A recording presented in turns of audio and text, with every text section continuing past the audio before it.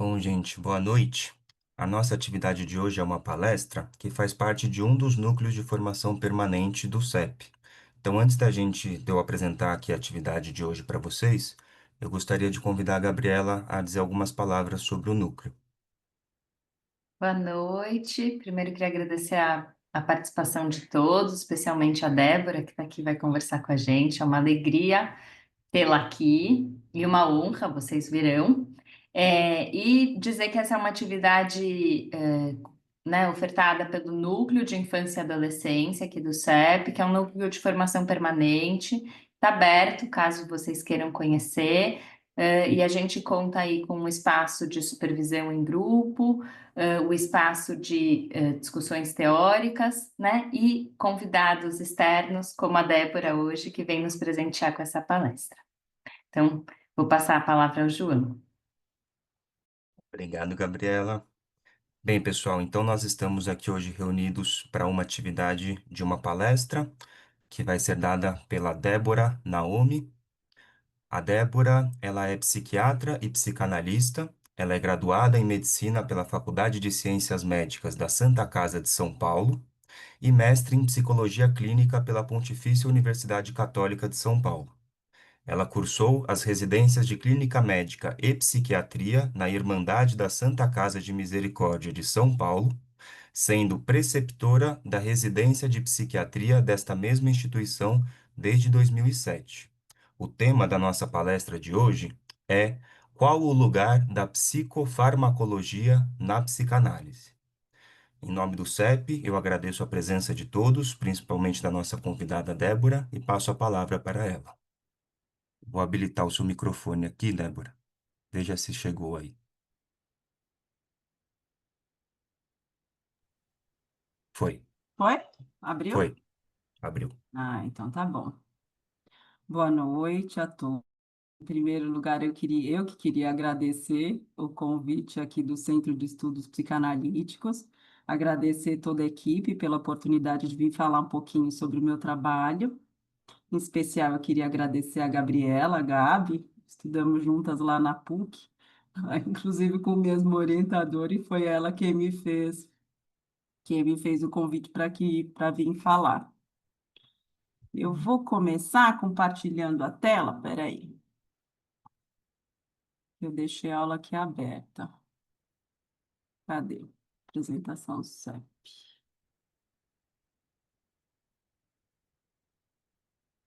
Share.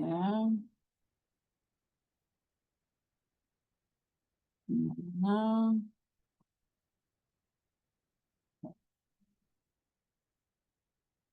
Não. Como é que eu apresento aqui? Peraí.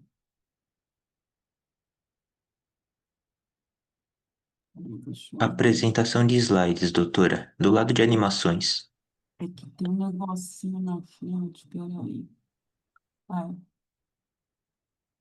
Ou ali embaixo mesmo, doutora, dá para clicar no 4. Aí, agora foi. foi. Foi.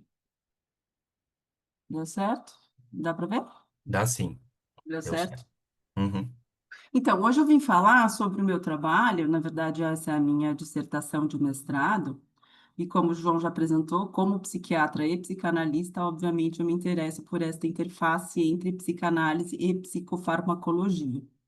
Então, o título é Qual o lugar da psicofarmacologia na psicanálise?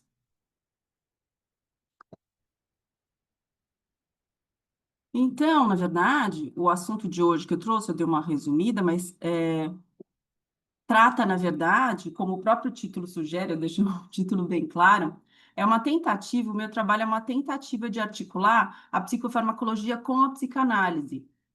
Mas a partir disso eu ressalto o impacto do uso de algum psicofármaco no acompanhamento psicanalítico, tá? Eu vou repetir isso algumas vezes, porque é óbvio que nesta relação entre psicanálise e psicofarmacologia, você pode ter vários pontos de vista. Sei lá, psicanálise na psicofarmacologia, a psicanálise e a psicofarmacologia, não. Eu parto do contexto psicanalítico e é a psicofarmacologia na psicanálise também, senão eu ia ficar muito bagunçado. Eu vou fazer uma apresentação, o público aqui é de psicanalistas, talvez não conheçam muito da história da psiquiatria e da psicofarmacologia, mas, inclusive, o começo que eu vou explicar para vocês é que a psiquiatria contemporânea estão intimamente ligadas e a psicofarmacologia, inclusive, é que possibilitou o desenvolvimento das neurociências dentro da psiquiatria. Assim, ela é importantíssima. Eu vou focar um pouco nesse aspecto. Qual que é a questão, né? Qual que foi o problema da pesquisa? As ciências e a psicanálise, elas acabaram adotando diferentes formas de abordagem, porém convergentes do ser humano. A gente vai explicar como é que se foi, aonde que elas se separaram. Vou pegar lá desde o começo da psicanálise e vou explicar em que momento que elas começaram a seguir caminhos longínquos, vamos dizer assim. É, a importância que eu acho de estudar isso, e lá na supervisão, tanto com os meus residentes de psiquiatria, quanto com os meus colegas psicanalistas, a importância simplesmente é do aumento progressivo de pacientes no acompanhamento psicanalítico que utilizam alguma medicação psicotrópica. É, o tema da psicofarmacologia é um assunto incontornável para o psicanalista nos dias de hoje, assim, conversando mesmo com colegas e cada vez mais os colegas psicanalistas me ligam para eu medicar algum paciente deles ou me ligam para tirar dúvida de algum paciente deles que já vem medicado, quer dizer, então, qual que é o lugar da psicofarmacologia dentro do contexto psicanalítico, né? Essa é a pergunta que abre a minha pesquisa. Então, resumindo, qual que é o objetivo do trabalho e da aula hoje, que eu dei uma resumida, claro? O meu objetivo principal é demonstrar que a psicanálise e a psicofarmacologia, apesar de serem ciências na aparência tão divergentes, que a psicofarmacologia e a psicanálise são diferentes, elas podem, ao contrário do que muitas pessoas pensam hoje menos. Então, eu realizo, para isso, um percurso pela psicopatologia freudiana, eu adoro psicopatologia, tá? Através de fragmentos clínicos de análises de pacientes que receberam concomitantemente medicações psicotrópicas. Então, eu não vou falar só que a psicanálise e a psicofarmacologia podem ser compatíveis. Eu vou mostrar que elas podem ser compatíveis, pelo menos na medicina a gente faz muito por observação. Para isso, eu parto, obviamente, da clínica. Eu escolhi, então, já que eu parto do contexto psicanalítico, eu escolhi algumas estruturas psicanalíticas, eu peguei 4 fragmentos clínicos de análise. São 2 psicoses e 2 neuroses, no intuito de ampliar o entendimento do impacto favorável do uso de medicações psicofarmacológicas no contexto psicanalítico, tá? Hoje, na aula, eu trouxe um fragmento clínico de um caso de depressão. Então, são 4 fragmentos clínicos. Eu tenho um fragmento da análise de um caso de delírio de perseguição, um fragmento da análise de um caso de melancolia, fragmento da análise de um caso de pânico e um fragmento da análise de um caso de depressão, que é o que eu trouxe no fim das contas, assim, para mostrar como é que para mostrar como é que eu fiz, né, como é que eu demonstro que a psicanálise e a psicofarmacologia são compatíveis dentro do psicanalítico. Obviamente, o foco de observação nos fragmentos clínicos de análise dos pacientes vai ser na atuação dos psicofármacos nos sintomas. Eu vou falar na apresentação da psicofarmacologia de que os psicofármacos são direcionados para tratar sintoma, tá? Então, obviamente, dentro lá do fragmento de análise, eu vou focar na questão do sintoma que o paciente traz, vou abordar a etiologia também, óbvio. Isso aqui eu já falei, e o ponto de vista escolhido para estudar essa relação foi do lugar da psicofarmacologia na psicanálise.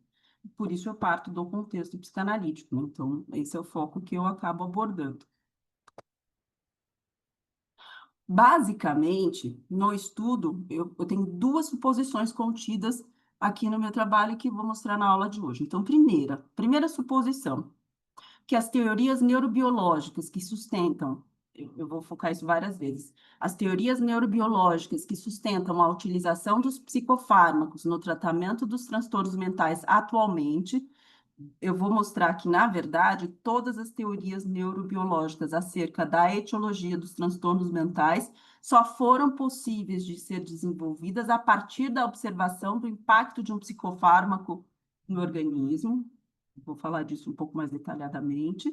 Então, essas teorias neurobiológicas e as teorias psicanalíticas, elas não são excludentes, se considerarmos que ambas possuem finalidades, métodos diagnósticos e de investigação diferentes.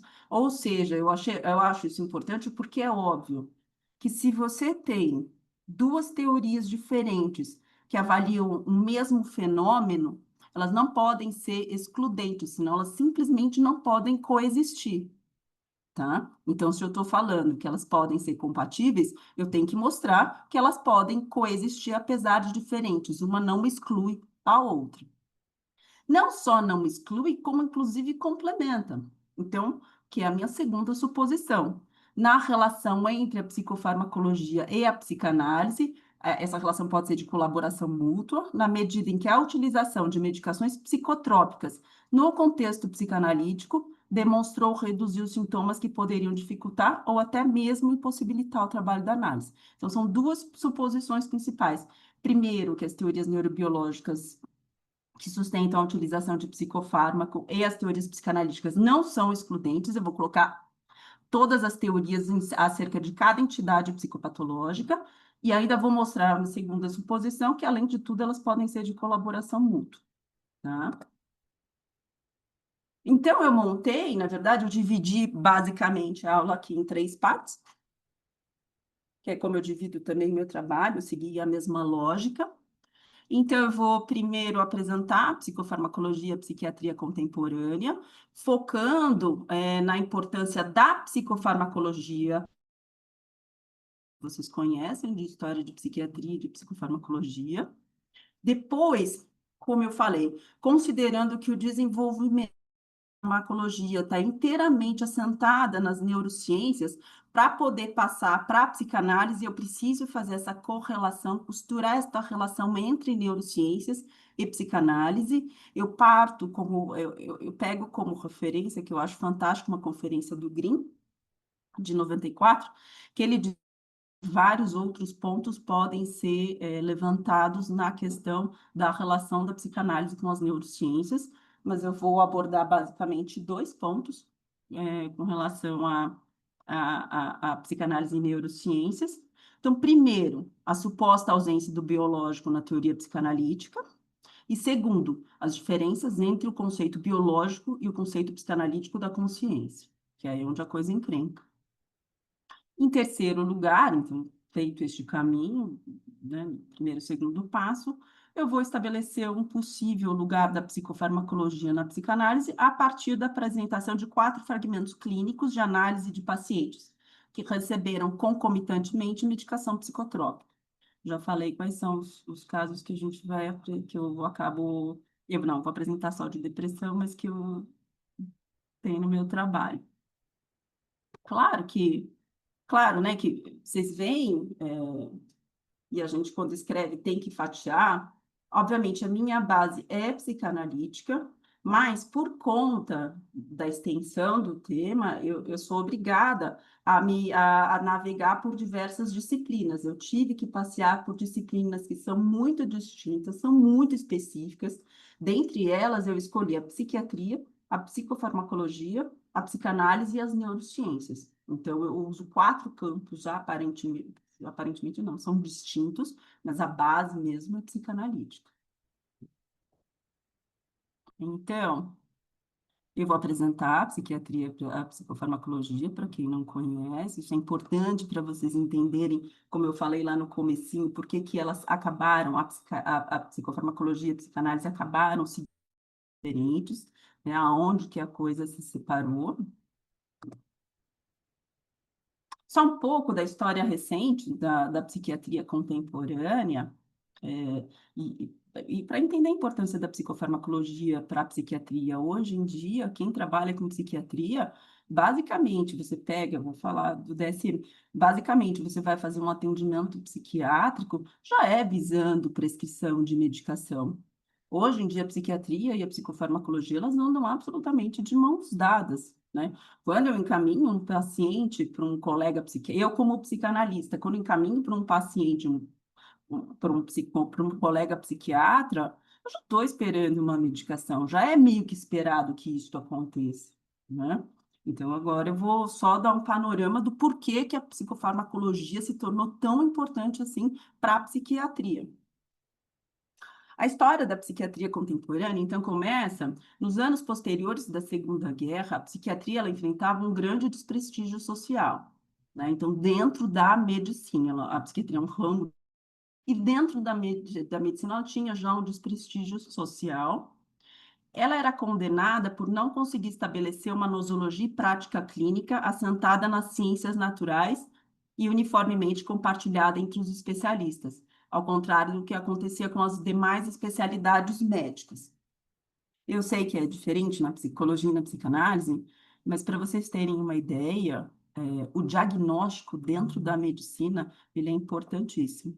Ele vem desde lá, Hipócrates já estabeleceu as bases da importância de um diagnóstico, lá já desde a medicina grega, porque diagnóstico que eu consigo estabelecer que eu consigo estabelecer uma terapêutica, uma evolução e um prognóstico. Então, eu preciso de um diagnóstico.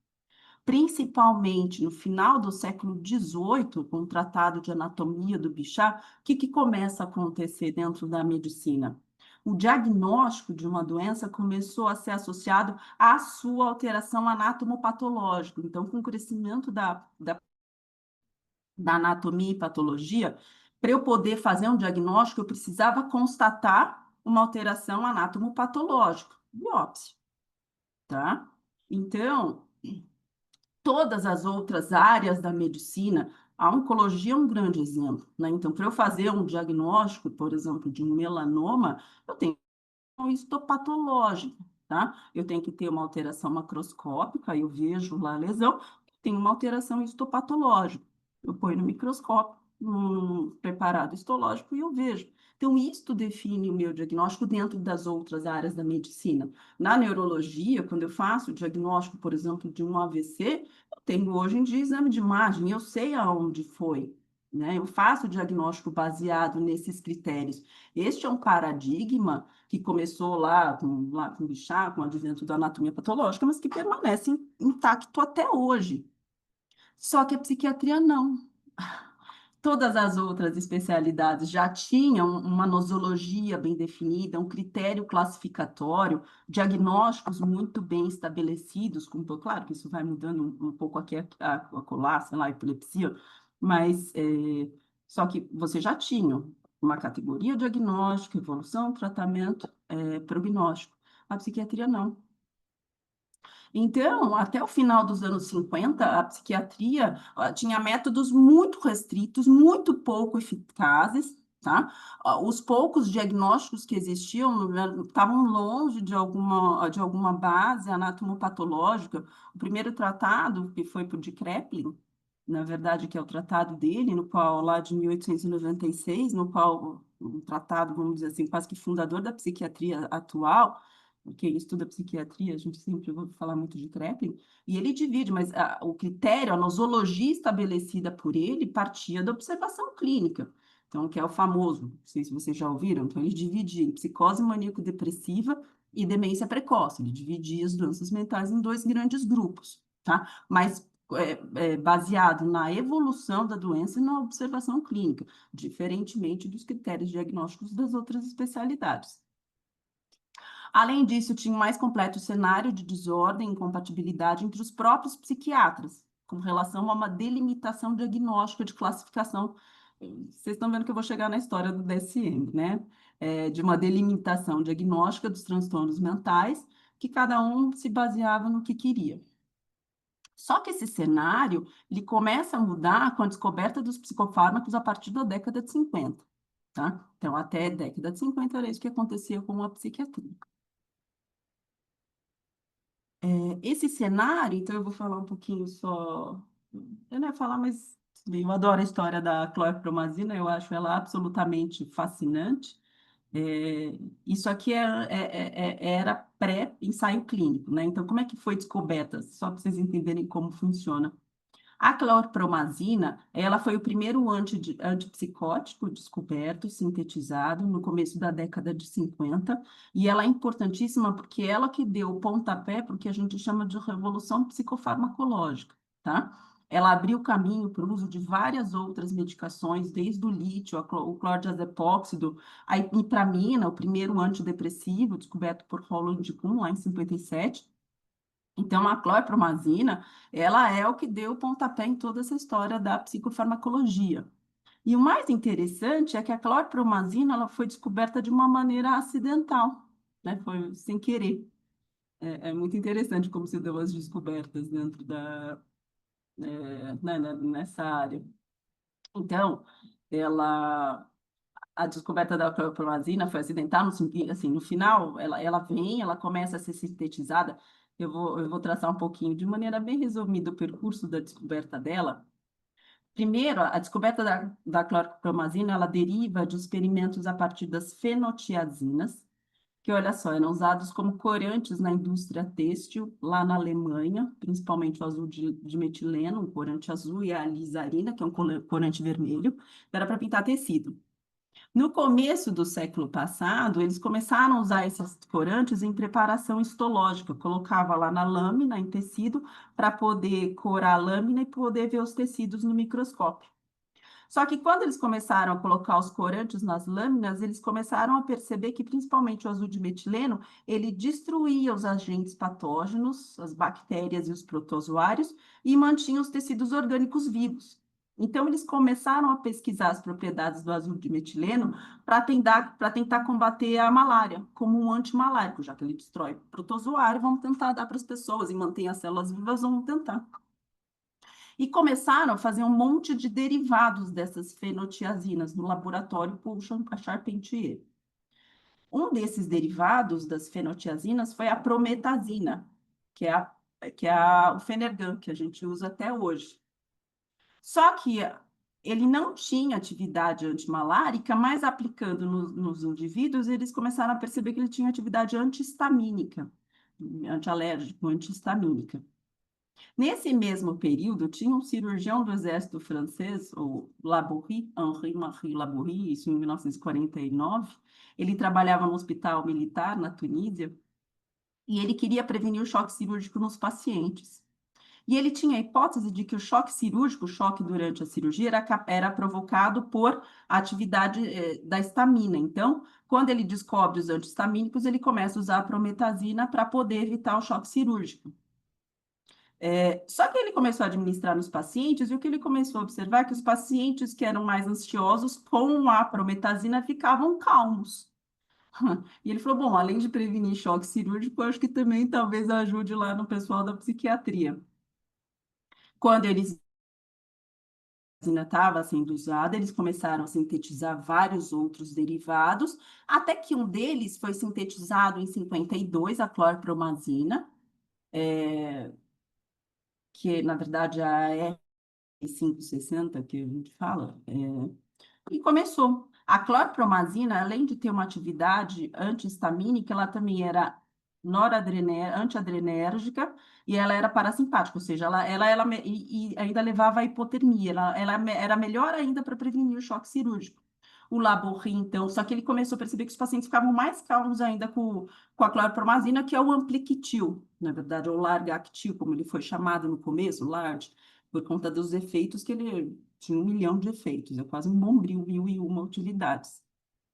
Então, voltando para Paris, ele convence os amigos dele, psiquiatras, a testarem a nova droga, e eles começam a perceber que realmente tinha alguns efeitos, principalmente em pacientes psicóticos. Principalmente no Hospital Sant'Anne, isso é o marco, então, quando vocês forem pegar e olhar na internet, isso é o marco da descoberta dos antipsicóticos no Hospital Sant'Anne. Delay Deniker, o Deniker também tinha um cunhado cirurgião e ficou sabendo da clorpromazina, da RP 4560, e começaram a administrar nos pacientes, e daí, assim, pacientes que estavam internados há anos começaram a melhorar.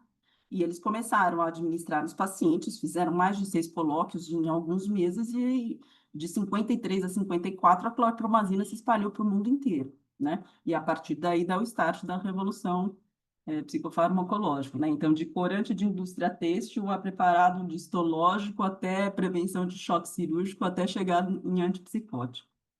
Só para vocês terem uma noção, assim, um pouquinho da história, que eu acho fantástica.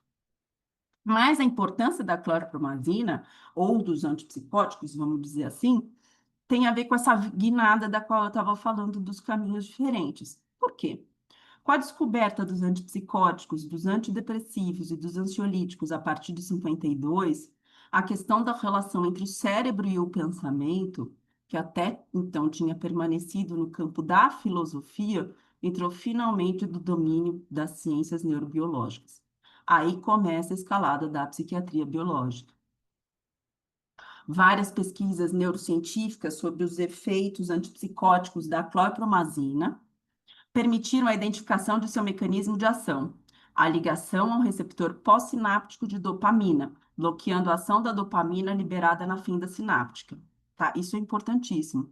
Por quê? Porque foi a partir da constatação. Então, então se a clorpromazina ela melhora sintoma psicótico, e a clorpromazina, o mecanismo de ação dela é ligação a um receptor pós-sináptico de dopamina e bloqueia a ação da dopamina, então, se a clorpromazina, que melhora a psicose, bloqueia a dopamina, provavelmente a psicose é provocada por aumento de dopamina. Então, as teorias etiológicas, não tem alteração anatomopatológica, mas as teorias etiológicas dos transtornos mentais dentro da psiquiatria só foi possível a partir da observação do mecanismo de ação dos psicofármacos, tá? Que daí começa a hipótese da dopamina. Aí, que eu falei que é a escalada da psiquiatria biológica, os defensores das teorias biológicas para as causas das doenças mentais, a partir disso, puderam confirmar a tese de que os transtornos mentais são secundários, sim, a alterações na atividade de neurotransmissores. Você tem extrato neurobiológico, na medida em que a administração de substâncias com propriedades inibitórias ou estimuladoras dos neurotransmissores nas fendas sinápticas pode compensar este distúrbio, tá? Assim, os sistemas de classificação, já que descoberta a psicofarmacologia, os sistemas de classificação diagnósticos, eu falei da importância do diagnóstico, na psiquiatria, visavam cada vez mais delimitar quadros clínicos semelhantes, baseados em pressupostos neurofisiológicos, com o objetivo de direcionar a prescrição de um fármaco. Então, quando eu faço um diagnóstico, estou direcionando já a prescrição de um fármaco. Alguns autores atribuem essa proliferação nosográfica, eu vou dar números aqui para vocês, ela é atribuída principalmente ao empobrecimento da análise clínica, quer dizer, não tem análise clínica, eu vou lá no checklist, que ele passa a se organizar no suposto elemento fisiopatológico inicial, quer dizer, suposto, porque eu não tenho dado anatomopatológico, como, por exemplo, um melanoma, para falar que você tem alteração de dopamina na psicose, isso é pressuposto, assim como nas manifestações sintomáticas e estatísticas em si. E sem ocupar da lógica que organiza ou da estrutura que articula. Quer dizer, não procuro saber qual que é a causa disto. Não, isso acontece. Mas por que acontece? Então, não tem a lógica. Então, só para ter um exemplo, ó, no DSM, a primeira edição do DSM, a primeira edição do DSM, que é o DSM-1, de 1918, tinha 106 transtornos mentais. No DSM-2 já foram 186, eu fiquei contando. No DSM-3 tinham 265 transtornos. O DSM-4, depois teve revisado, tinham 297 transtornos.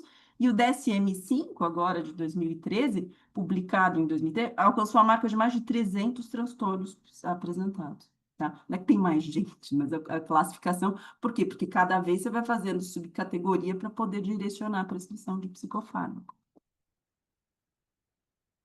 E aqui vocês vão entender essa divisão da qual eu falei. Então, DSM-1, então a psiquiatria precisava de uma categoria diagnóstica.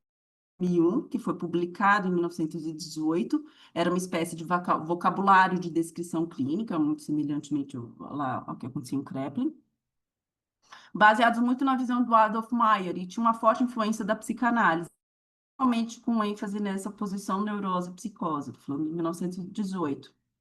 E ao contrário do que aconteceu com Kraepelin, eles se detinham muito na questão da história de vida do paciente.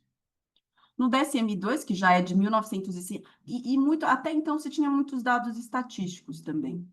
E no DSM-2, que foi publicado em 52 já, vocês viram, 30 e pouco, Ela ampliou a classificação anterior na tentativa de uniformizar os critérios semiológicos da prática diagnóstica, e principalmente o DSM-2 tinha como objetivo tentar alinhar com a oitava edição da classificação da CID-10, da CID-8, no caso, né, da organização, porque o DSM é o Manual de Transtornos Diagnósticos da Associação de Psiquiatria Americana, e tem a Organização Mundial de Saúde, que é a CID. Então, na verdade, você tentou alinhar com a CID, porque os transtornos mentais só entraram na CID, na classificação internacional de doenças, estou falando todas as doenças, tá? De infarto a... Então, você tem a CID. Os transtornos mentais só entraram a partir da oitava edição da CID-8. E daí o DSM tentou alinhar com né, a Associação de Psiquiatria Americana, tentou alinhar com a Organização Mundial de Saúde. Essa versão tinha uma arquitetura muito similar ao DSM-1, também bastante influência da psicanálise. Só que o que que acontece? O que que acontece a partir da década de 50 acontece simplesmente a psicofarmacologia que eu acabei de ficar falando para vocês. No final da década de 60, observava-se uma vertiginosa evolução das pesquisas em neurociências, baseada na descoberta dos psicofármacos e a influência biológica na causa das doenças mentais, como a utilização dos psicofármacos na prática clínica foi mudar todo o rumo desse sistema de classificação. Então, a partir do DSM-3, você tem uma quebra completa. Assim, antes, então, os critérios classificatórios diagnósticos na psiquiatria tinham um alinhamento com a psicanálise, a partir do DSM-3 isso se quebrou, tá?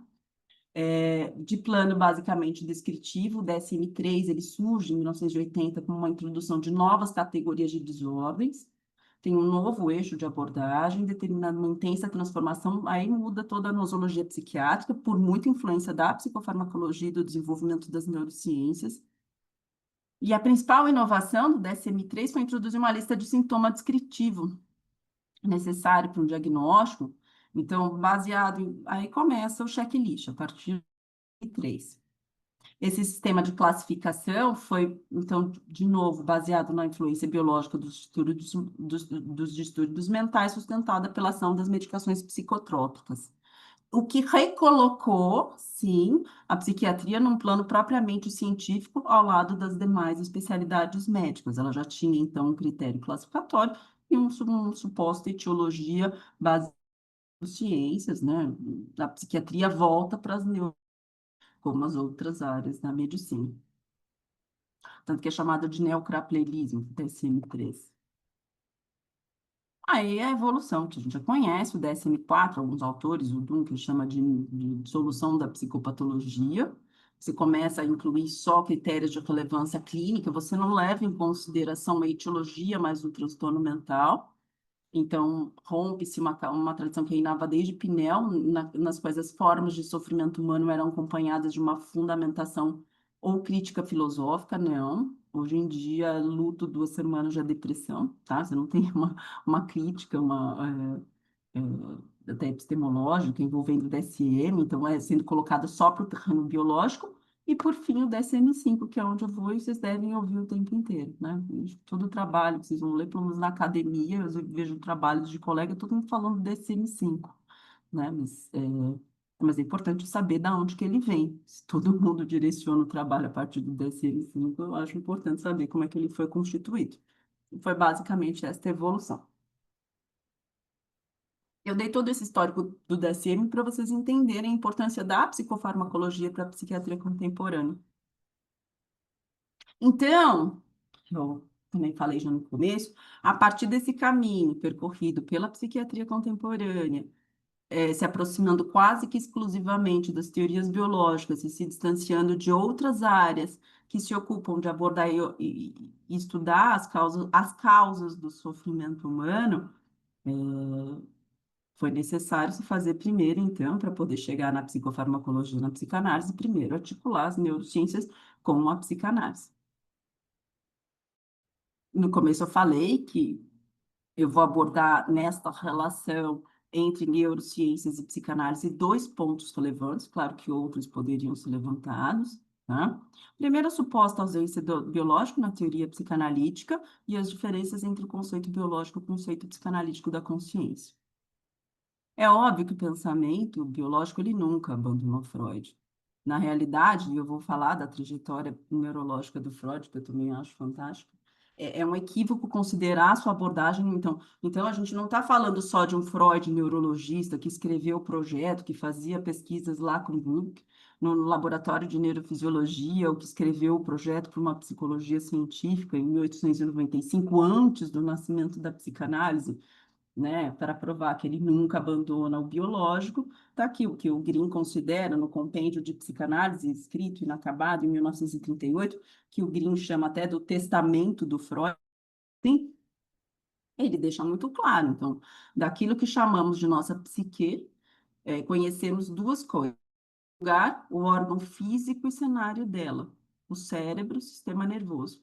Por outro lado, nossos atos de consciência, que são dados imediatamente e não nos podem ser esclarecidos por nenhuma outra descrição, né? Então, da nossa vida psíquica, duas coisas: o cérebro e a consciência.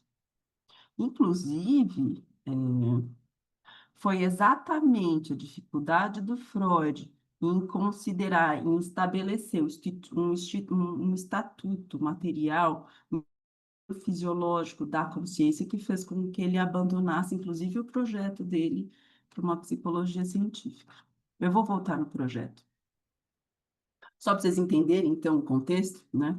É, não, então, porque eu falei que, né, que da onde que vem também essa ligação, né? Se eu estou tentando articular a psicanálise com neurociências, então a gente às vezes tem que voltar alguns passos para trás para ver que a psicanálise ela também tem um terreno muito calcado no biológico.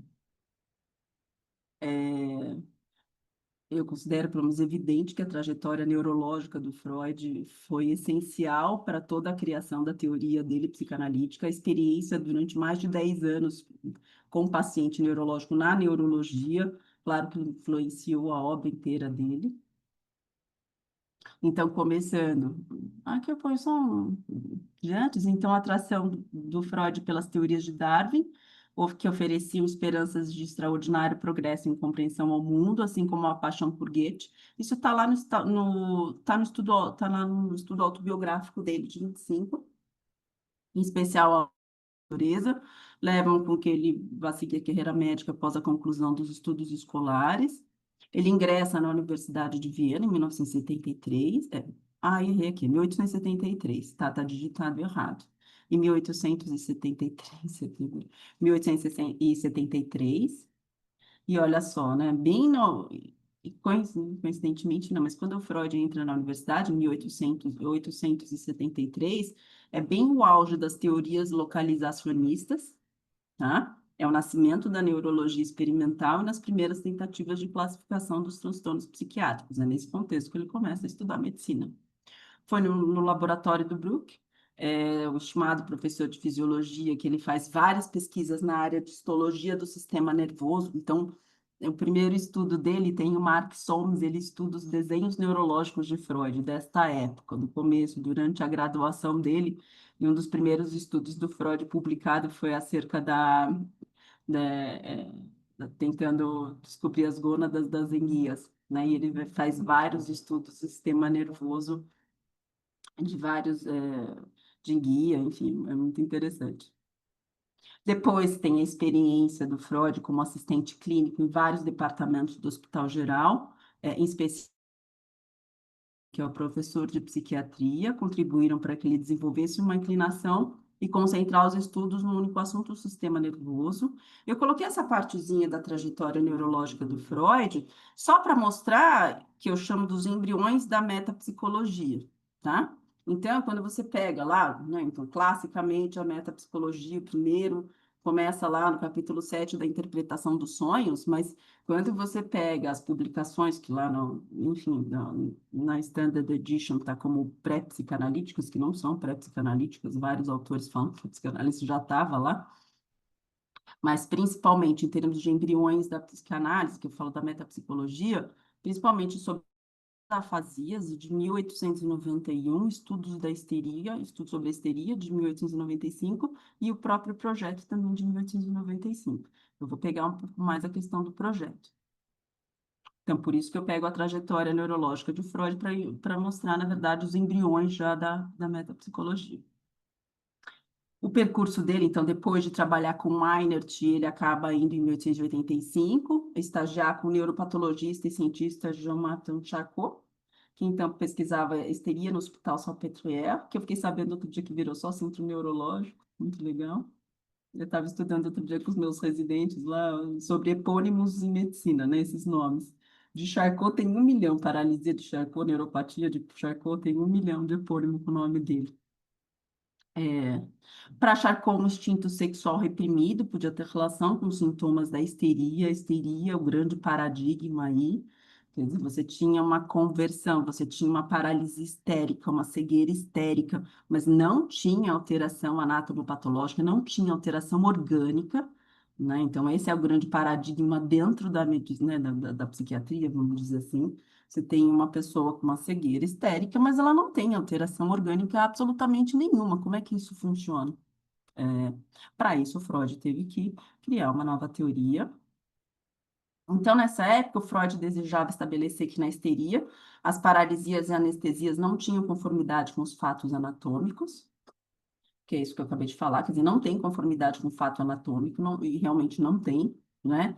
E ele já começa a sugerir, mesmo quando ele fala, quando ele escreve sobre a concepção das afasias, antes ainda dos estudos sobre a histeria, em 1891, ele já começa a ter uma quebra com esse pensamento neurofisiológico da época, é, inclusive com o próprio Marx, né, que estava no auge das Broca, Charcot, das teorias localizacionistas, e quando ele começa a estudar as afasias, as trocas de palavras, por exemplo, ele fala assim, não tem, não necessariamente tem alguma alteração anatômica localizada nestas alterações que a gente observa em alguns pacientes. Então, aí, em 1891 já começa uma quebra com esse sistema anatomopatológico, vamos dizer assim. Inclusive, em 1880 e 82, o Breuer havia descrito um caso de histeria que havia tratado de maneira peculiar, no qual poderia permitir a entrada no significado dos sintomas histéricos, no qual ele levava a paciente para uma hipnose profunda e fazia dizer o que oprimia a mente. Acho que essa história do começo da psicanálise todo mundo já conhece. No estado de vigília, a paciente não conseguia descrever ao certo como seus sintomas tinham começado, nem estabelecer qualquer relação entre eles e a sua história de vida, mas na hipnose ela descobria a ligação que faltava. Então, ó, quando você começa, então, quando pega os estudos sobre a histeria, então, o Freud também começa aí nos estudos sobre a histeria, que eu vou mostrar um pouco mais para frente, que aparece de novo no projeto e aparece de novo lá no Além do Princípio do Prazer, já lá em 1920, essa ideia de uma descarga. Inclusive, o projeto foi escrito para isso. Essa ideia de que você tem uma descarga, né, uma descarga de energia do aparelho psíquico que traz como sintoma, por exemplo, uma conversão histérica. Essa ideia de descarga já fica implícita de que o aparelho mental precisa descarregar a energia acumulada, né? Que na verdade nada mais é do que o núcleo da metapsicologia, que é o princípio da constância. Eu vou voltar a falar disso. Isso aí já estava tudo no estudo sobre a histeria, em 1895. Tanto que alguns autores falam que o nascimento, na verdade, da psicanálise não é nem necessariamente a partir do capítulo 7 da interpretação dos sonhos, mas né, em 1900, mas antes, em 1895, onde, né, 3 fatos importantes aconteceram: a publicação dos estudos sobre a histeria, a escrita do projeto, e o terceiro, que é o mais importante, talvez, é quando Freud tem o sonho da injeção da Irma, 23 de julho de 1895. São 3 fatos que talvez o ponto zero da psicanálise tenha sido 5 anos antes. As 2 obras, dos embriões da metapsicologia. Eu vou falar um pouco mais do projeto, para uma psicologia científica, escrito em 1895. Eu não sei se vocês sabem a história do projeto, mas o projeto ele foi escrito por Freud e ele nunca foi publicado e nem sequer citado, né? Nas obras inteiras do Freud, nem no estudo autobiográfico que eu falei para vocês, ele não cita o projeto. O projeto ele foi encontrado em meio às cartas do Freud para o Fliess, né? Que a princesa Marie Bonaparte conseguiu, depois que eles quebraram, enfim, o Freud e o Fliess, lá na década de 30, a princesa Marie Bonaparte encontra de um livreiro, o Fliess acabou na pobreza, mas encontra de um livreiro as cartas. No meio das cartas do Freud e do Fliess, ela encontra o manuscrito do projeto para uma psicologia científica. Ela vê que aquilo é uma raridade, vai falar com o Freud, fala assim, olha, encontrei as cartas, né, junto com o Fliess, e falou, vamos publicar, porque é fantástico. E ele manda ela queimar. Como diz o Strache, ela resiste ao pedido do seu mestre e guarda, não queima, não faz nada. Depois que o Freud morre, ela pede autorização, enfim, para o Jones, para Ana Freud, e acaba publicado em 1950. Então, 55 anos depois, só que a gente tem notícia do projeto. E como o próprio editor inglês diz, nesse meio tempo, né, até 1950, até ser publicado o projeto, que foi escrito em 1895, o estudante de psicanálise tinha que se haver com a teoria do Freud, por vezes obscura, né? Foi com o projeto que você entende como é que a coisa acontece. E o projeto, apesar de ser um documento manifestamente neurológico, ele é absolutamente neurológico, contém em si o núcleo de grande parte das teorias metapsicológicas que seriam desenvolvidas mais tarde, esclarecendo algumas hipóteses fundamentais mais enigmáticas de Freud. Segundo Strachey, então, o espírito invisível do projeto paira sobre toda a obra do Freud até o fim. E é interessante que o Freud faz exatamente isso. Ele abre o projeto, né? Então, né, a primeira fase lá do projeto é essa. A intenção é prover uma psicologia que seja ciência natural. Isto é, representar os processos psíquicos como estados quantitativamente determinados de partículas materiais especificáveis, tornando assim esses processos claros, livres de contradição. Segundo Green, a passagem do pensamento neurofisiológico, então o Freud lá neurológico, neurologista do projeto, não, de um pensamento neurofisiológico do aparelho psíquico para uma visão metapsicológica ocorre exatamente na transição entre o projeto e a interpretação dos sonhos. E, na verdade, isso eu acho interessante só ressaltar, porque que eu estou falando tudo isso, é porque falar que Freud nunca abandonou, então a suposta ausência do biológico em Freud, falar que Freud nunca abandonou o biológico, não é uma questão só de argumento de autoridade, o Freud falou, o Green falou, alguém falou. É uma questão de fundo, tá? Então, por que que eu falei isso do projeto? Quando você pega, então, nas primeiras partes do Além do Princípio do Prazer, em 1920, ao introduzir o conceito de pulsão de morte, o Freud se aproxima de maneira significativa. Além do Princípio do Prazer é uma extensão do projeto, basicamente, tá?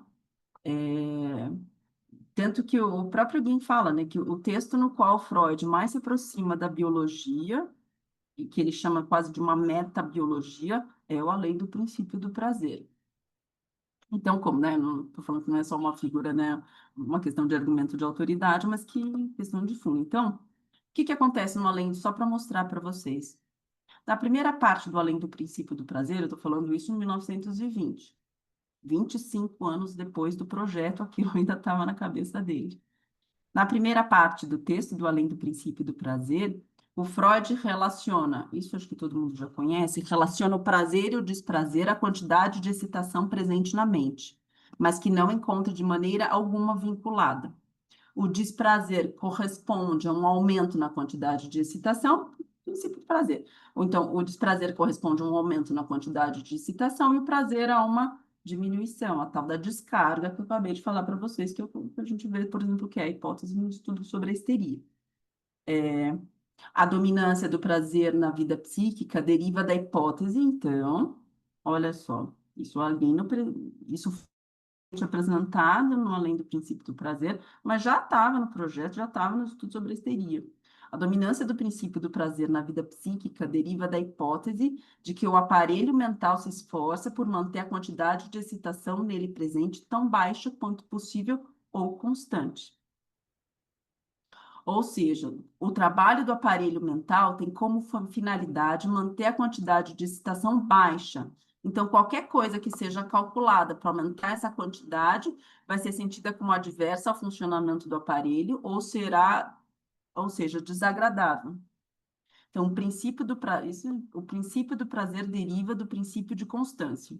Na realidade, esse último princípio foi inferido dos fatos que nos forçaram a adotar o princípio do prazer, tá? Metapsicologia, isso já tinha lá essa ideia minimamente lá nos textos metapsicológicos do Freud, de 1915, nas Pulsões e seus Destinos, mas isso, né? Então, o princípio do prazer, o princípio de constância é oficialmente apresentado no além do princípio do prazer, tá?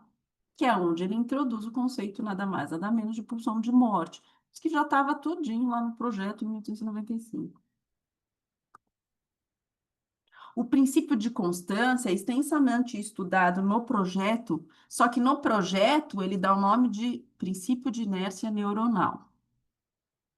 É muito bonitinho o projeto, ele vai explicar o princípio da inércia, ele explica primeiramente, então Freud dá uns nomes, neurônio psi, phi, ômega, ele vai dando nome para os neurônios, então o Freud no projeto, o que que ele faz? Ele cria um cérebro hipotético para dar conta, né, então se as outras áreas da medicina já tinham, né, então ele já tinha, então vai, eu falei da neurologia, sei lá, da cardio, então, você já tinha um aparelho cardiovascular montado, ele precisava de um aparelho psíquico para poder tentar explicar as alterações que aconteciam, por exemplo, na histeria.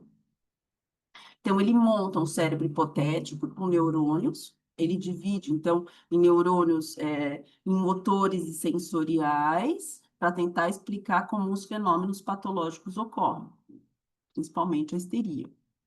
Então, ele primeiro, nesse princípio da inércia, ele mostra uma dicotomia, você tem um tipo de neurônio motor, um tipo de neurônio sensorial, e como um dispositivo para neutralizar a quantidade de energia recebida através da sua descarga. Isso aqui é o arco reflexo que está lá na interpretação dos sonhos, né? Quando a gente vê o modelo da interpretação dos sonhos, do aparelho psíquico, no movimento de arco reflexo, é isso daqui que já está no projeto também, tá? Em que a origem da ação fornece motivo para o movimento reflexo. Olha o reflexo. Isso você tem uma função primária e uma função secundária. Então, recebe uma sensação, uma quantidade de energia, que no projeto Freud chama de Kell, né? A gente não sabe se é uma energia elétrica, enfim, supostamente é uma energia elétrica. Então, você recebe uma energia, e daí o organismo ele tem que manter uma quantidade de energia baixa, inércia neuronal minimamente constante. Então, você recebe energia pelos neurônios sensoriais e você tem uma função primária, que é se livrar dessa energia, fazendo um movimento motor. Ele faz esta ideia, ele cria essa estrutura de um cérebro para poder explicar exatamente as conversões histéricas, né? Então, eu tenho um estímulo e eu tenho uma descarga motora para poder me livrar da quantidade de energia deste estímulo. Esta é uma função primária. Ou uma função secundária, que é fugir do estímulo, né? Que também é motora. Então, frente a um estímulo, eu posso ou descarregar no movimento motor, ou eu posso fugir do estímulo eventualmente. O problema é que conforme o organismo ele vai complexificando, conforme aumenta a complexidade dentro do organismo, o sistema nervoso ele não recebe mais estímulos só de fora pelos neurônios sensoriais, ele começa a receber estímulos endógenos do próprio elemento somático, que também tem que ser descarregado. Esses estímulos, eles não vêm de fora, eles se originam nas células do corpo e criam as grandes necessidades, respiração, sexualidade. Ou seja, desses estímulos o organismo ele não consegue fugir. Então, o que que acontece? O sistema nervoso é obrigado a abandonar o princípio da inércia e tolerar um certo acúmulo de quantidade de energia em prol das exigências da vida. Tá? Vocês veem que aí, do ponto de vista até de epistemologia, epistemológico, da construção do objeto científico, Leopoldo Fugêncio fala muito isso, que a construção da metapsicologia é muito semelhante à construção da física newtoniana, né? Você pega o projeto, tem muito a ver com essa, inclusive, princípio de inércia. Mesmo assim, procura manter essa quantidade no nível mais baixo possível, de preferência constante. Então, nesse ponto, Freud não propõe lá no projeto um princípio de constância como manutenção da certa quantidade de energia, mas um princípio de inércia neuronal. Só, como eu já falei para vocês, em 1920, que o princípio de constância é apresentado como fundamento econômico do princípio do prazer, tá?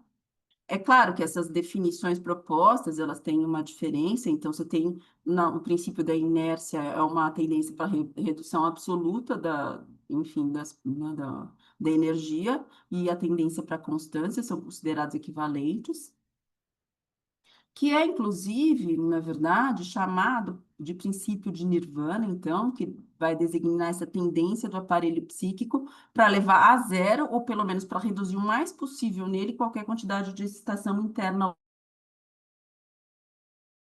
nirvana, que é difundido no Ocidente por Schopenhauer, que tem a ver com o conceito de uma abolição. Nirvana é uma abolição completa do desejo humano, um aniquilamento do desejo.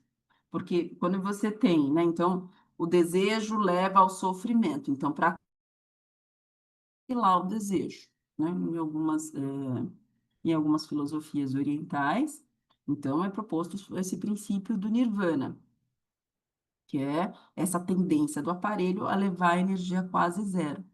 Nesse sentido, Freud encontra uma correspondência com a noção de pulsão. Então, a pulsão de morte, o princípio de constância, que é chamado no projeto 25 anos antes de princípio da inércia, nada mais tem a ver com a explicação da pulsão de morte, a segunda teoria pulsional do Freud.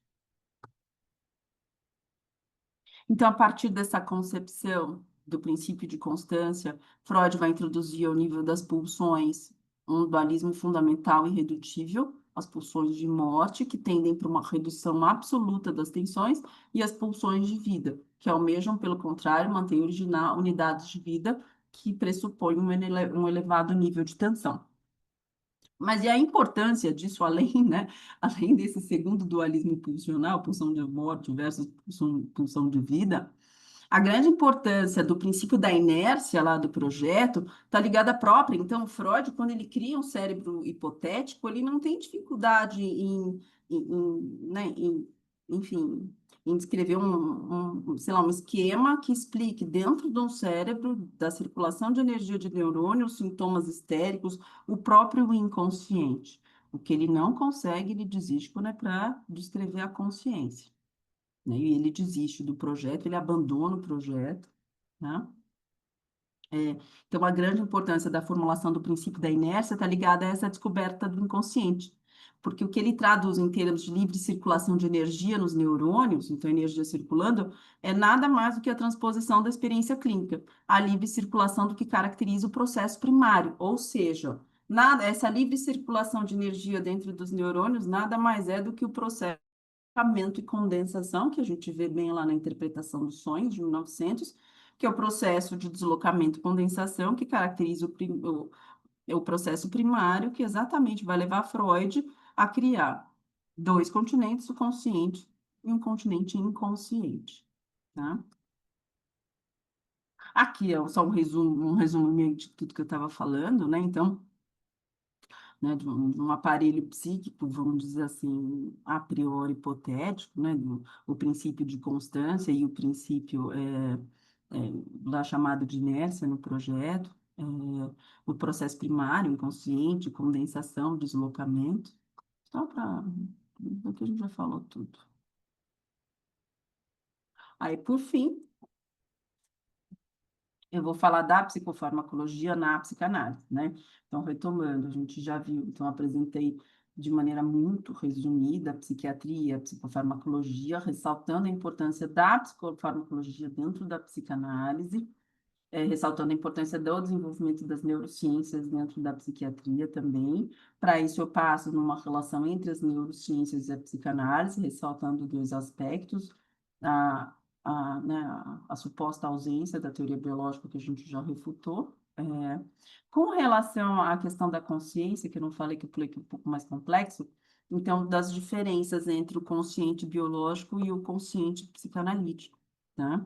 Então, para os biólogos, na verdade, sim, o consciente, eles não têm dificuldade em aceitar o consciente, mas eles têm muita dificuldade em aceitar o inconsciente, sendo o inconsciente a maior parte, inclusive, estruturante do do aparelho psíquico. Então, você acaba tendo um desacordo, porque é muito difícil você ter exatamente esse estatuto material da consciência, um acordo entre consciente biológico e consciente psicanalítico, né? Acaba ainda sendo um imposto. O Edelman fala bastante disso, biologia da consciência, né? No qual ele tenta construir também um estatuto material da consciência, mas alguns dizem, enfim, que é um problema insolúvel e por isso que eu abordei mais a questão do biológico infante. Ah, e agora é a terceira parte, no qual, então tá. Então agora a gente vai ver, no fim das contas, depois de ter falado tudo isso, então qual que é o lugar da psicologia dessas considerações iniciais? Para eu mostrar, então, para falar, então, eu tenho aquelas duas suposições, então, no meu trabalho tem aquelas duas suposições, retomando, né, que as teorias neurobiológicas que sustentam a utilização dos psicofármacos nos tratamentos dos transtornos mentais hoje e as teorias psicanalíticas não são excludentes, né, a gente considera que elas têm métodos próprios. Segunda suposição, que não só não é excludente, como pode ser de colaboração mútua. Então, agora eu vou mostrar como é que funciona isso. Como eu disse para vocês, eu trouxe um fragmento da análise de um caso de depressão, né, para vocês verem como é que a gente mostra qual que é o lugar da psicofarmacologia dentro da psicanálise. E eu trouxe, na verdade, o fragmento clínico, eu trouxe uma sessão, tá? É, é uma sessão que, na verdade, já começa assim com um sonho, para a gente entender como é que onde que entra a psicofarmacologia aí, né? Como que uma colabora com a outra. Então, o sonho é esse, eu vou ler. Eu sonhei que a senhora tinha me mandado uma mensagem mudando a minha sessão. Disse que não conseguiria me atender no consultório e pediu para que eu fosse para a sua casa. Então, eu fui. Peguei uma estrada longa e andei de carro. Parecia que não chegava nunca. E até pensei, coitada da doutora, mora tão longe do trabalho. Quando cheguei, morava num sítio bem bonito, bem arborizado. Logo encontrei uma moça que estava estendendo roupa e pensei que seria a funcionária, que me recebeu e foi te chamar. Enquanto eu te esperava, vi um menino de uns 8 ou 9 anos de idade, que devia ser seu filho, pulando e saindo de uma piscina linda, dessas de borda infinita. Então a senhora chegou e me cumprimentou. Eu tinha reparado num espaço muito bonito, na área mais para baixo da piscina. Área, como um quiosque. Para culto, parecia ecumênico, com um altarzinho e uns bancos. Então perguntei o que era. A senhora me explicou que seu marido havia falecido toda semana com um grupo de pessoas para a realização de um culto específico nessa área. Então que a senhora resolveu continuar morando nesse sítio, mesmo após a morte dele e mesmo tão longe de tudo, para preservar o que ele gostava de fazer e mantinha esses cultos em homenagem a ele. Sonho esquisito, né? Esse sonho aqui eu trouxe essa sessão, esse sonho especificamente, porque assim, neste sonho tem tudo do que trata a psicanálise. Eu vou fazer lá como é que é a interpretação do sonho. Então, nesse sonho tem tudo do que trata a psicanálise. Nesse sonho tem transferência, tem deslocamento, tem o Édipo, tem identificação, tem tudo. A gente vai ver. Só para vocês terem uma ideia, então, a Maia, eu chamei de Maia, trouxe esse sonho numa sessão após 1 ano e meio de análise. Ela tinha me procurado no início por uma queixa de depressão e medo de hospital, queixa de duração.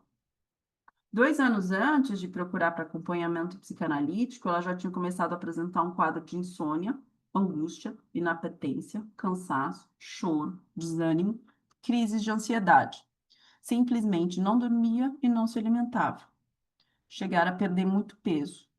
Após descartadas as causas orgânicas do diagnóstico, depressão. Então, este é o sonho que uma paciente trouxe após 1 ano e meio de análise, mas 2 anos antes ela já estava tratando para um quadro de depressão com este quadro clínico. De meia idade, ela trabalhava como hospital de saúde. Depois de vários ajustes medicamentosos, isso inclusive ao longo da análise, ela já se alimentava melhor, ela já dormia, tá? Então já tinha aquela letargia toda, tinha perdido muito peso, tinha ficado muito mal, um quadro depressivo grave.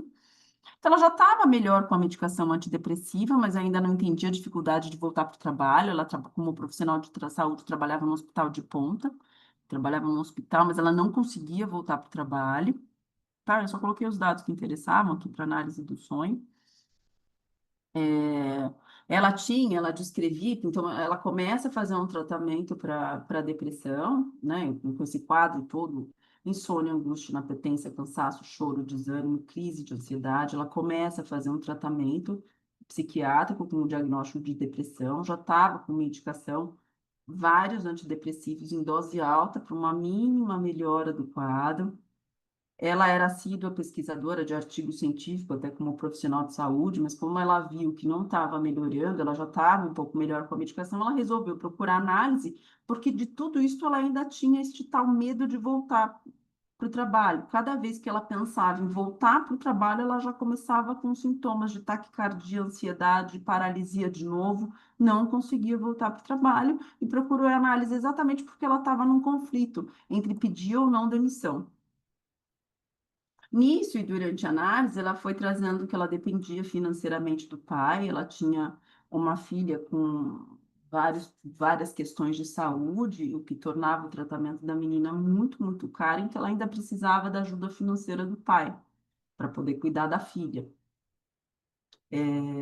Ela trazia ao longo da análise vários conflitos com o pai dela, que ajudava financeiramente, de bom grado, inclusive, mas acabava cobrando atenção e tinha um controle sobre tudo que ela exercia, tudo que ela fazia na vida e queria saber o que ela estava fazendo, como ele pagava as contas, enfim.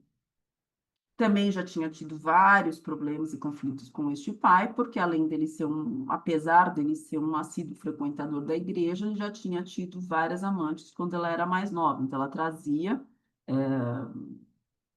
focava muito nessas questões, tanto do controle quanto quase uma hipocrisia do padre, vamos chamar assim, tá?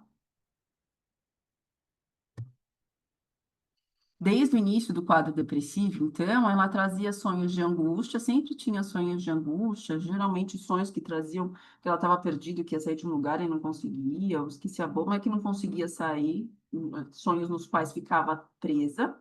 E eu trouxe esse sonho 1 ano e meio depois de análise, exatamente porque esse foi um sonho dos que ela geralmente trazia. Então, nesse dia, a Maia, ao longo da sessão, passou a me contar o quanto percebia que havia mudado. Já conseguia pôr limite na família, já tinha saído do estado de letargia, no qual se encontrava no auge do estado depressivo, com medicação antidepressiva. Nessa época, ela já tinha tido alta do tratamento psiquiátrico, 1 ano e meio depois de análise, mas ainda tinham esses sintomas de medo de voltar para o hospital. Então, e também não entendia por que ainda apresentava sonhos tão vívidos, considerando que se sentia melhor. Eu expliquei para ela que, né, por que ela ainda sonha tanto se ela estava melhor. Eu expliquei que talvez porque ainda existiam aspectos dentro dela que ela mesma desconhecia, apesar da melhora. Tá? Então, isso é o texto da sessão que eu trouxe. Entender do ponto de vista psicanalítico, então, depois do sonho, pedi que ela, quando do relato de sonho, pedi que associasse qual sentido podia ter. Eu dei uma resumida, tá? Para apresentar aqui para vocês. Pedi para ela associar que sentido poderia ter. Ela me contou que na sessão anterior ela tinha reparado que eu usava um colar, um pingente de um menininho, né? E que deveria corresponder ao meu filho. Também contou que lembrou que eu tinha comentado que onde eu trabalhava tinha sido fechado e tinha sido transferido para um lugar mais longe. Então ela associou que o sonho com essas observações da sessão anterior, considere as observações como restos diurnos, sim, são restos diurnos, então tanto a lembrança de que eu tinha comentado que eu ia mudar para mais longe, quanto ela ter reparado no meu pingente do menininho, então ela pressupôs que eu tinha um filho, ela falou que teve esse sonho. Só uma questão teórica, então é recordar, repetir, elaborar que Freud introduz a noção de neurose de transferência, relacionada com a ideia de que o paciente repete na transferência os conflitos infantis. Essa é a ideia do crítico.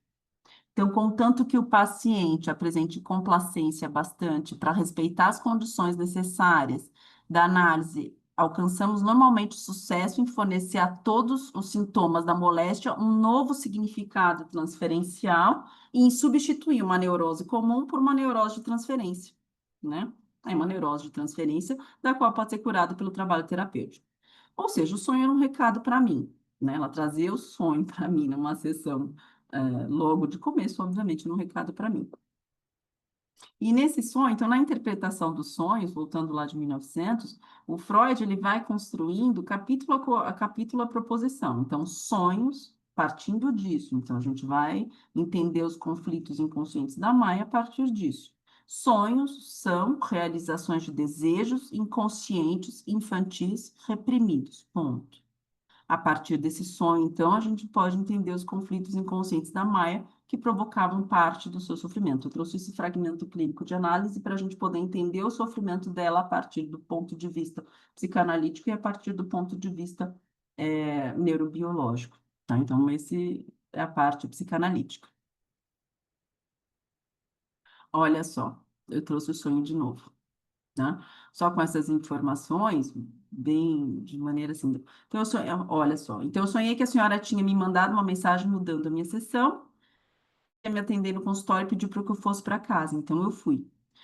Vocês percebiam? Ela queria se livrar do controle do pai, que, na verdade, a controlava financeiramente porque ela precisava. Ao longo da análise, ela foi demonstrando mudar para outro país, no qual a profissão dela poderia ter ganhos maiores, e daí ela poderia não precisar mais da ajuda financeira do pai. Então, o que eu interpretei? Que, na verdade, o desejo de mudar para longe não era meu, era dela. Né? Então, quando ela fala que eu tinha mudado para longe, pega resto de uno, mas o desejo de se livrar do controle do pai e de se mudar para longe, o que o fez, era dela, não meu. Né? Então, numa estrada longa, andei de carro. Foi depois desse sonho que ela entendeu que ela queria ir para longe, né?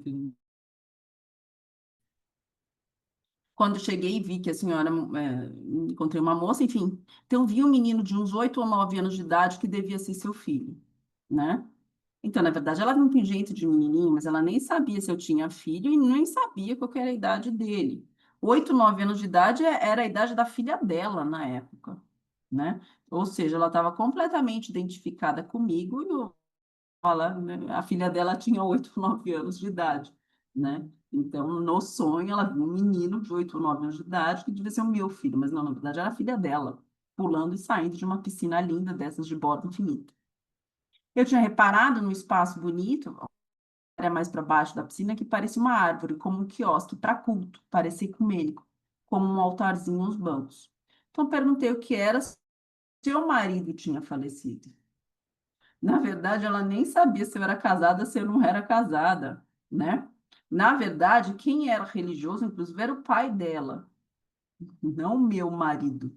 Vocês percebem que o pai foi deslocado para a figura do meu marido, né? E no sonho, olha só, ela consegue matar o pai. Um desejo infantil, inconsciente, reprimido, tá? Ela matou. Por quê? Então, desde muito nova, ela tinha uma típica ambivalência neurótica, ao mesmo tempo que amava o pai, queria se livrar do controle dele, e ao mesmo tempo que o amava, tinha ódio por ter sido trocada várias vezes pelas diversas amantes que ele teve durante a infância, a mãe era ausente, enfim. Então, então, que a senhora resolveu continuar morando nesse sítio, mostra tudo, quer dizer, continuar longe também é um desejo, sem dúvida nenhuma, para preservar o que ele gostava de fazer e mantinha esses cultos em homenagem a ele. São esquisito, né? Então, isso é bem resumidamente, uma interpretação psicanalítica.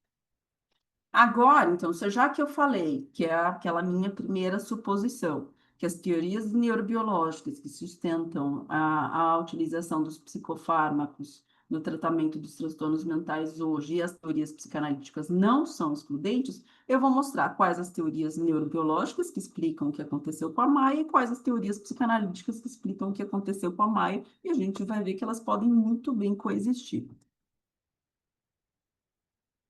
Então, eu parto das teorias neurobiológicas. Então, para a psiquiatria, a partir das teorias neurobiológicas, o que é a depressão, tá? Então, o que a gente chama DSM-5, transtorno depressivo maior, faz parte de um grupo de doenças chamadas de transtorno de humor ou transtornos afetivos, Aqui todo mundo fala depressão, depressão, eu acho importante a questão de conceituar. Então, para a neurobiologia, o que é depressão? Né? A partir do DSM-5, que a gente já viu a importância da classificação diagnóstica. Consistindo em, além deste, do transtorno bipolar, hipomania, ciclotimia e distimia.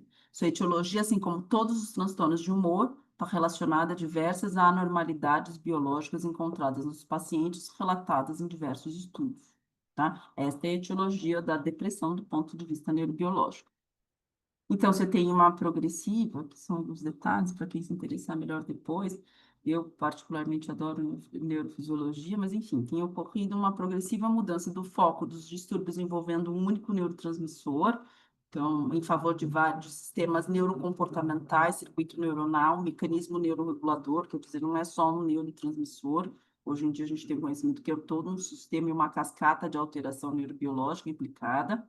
Mas os neurotransmissores mais implicados nos transtornos de humor são a noradrenalina, tá? E como já expliquei para vocês, e como que a gente sabe que é a noradrenalina e a serotonina? Porque a eficácia clínica dos antidepressivos com efeitos noradrenérgicos, por exemplo, o que ela tomou reforça o papel da noradrenalina na fisiopatologia. Então, lembra que eu expliquei que as teorias etiológicas dos transtornos mentais foi desenvolvida a partir da observação dos mecanismos de ações das medicações?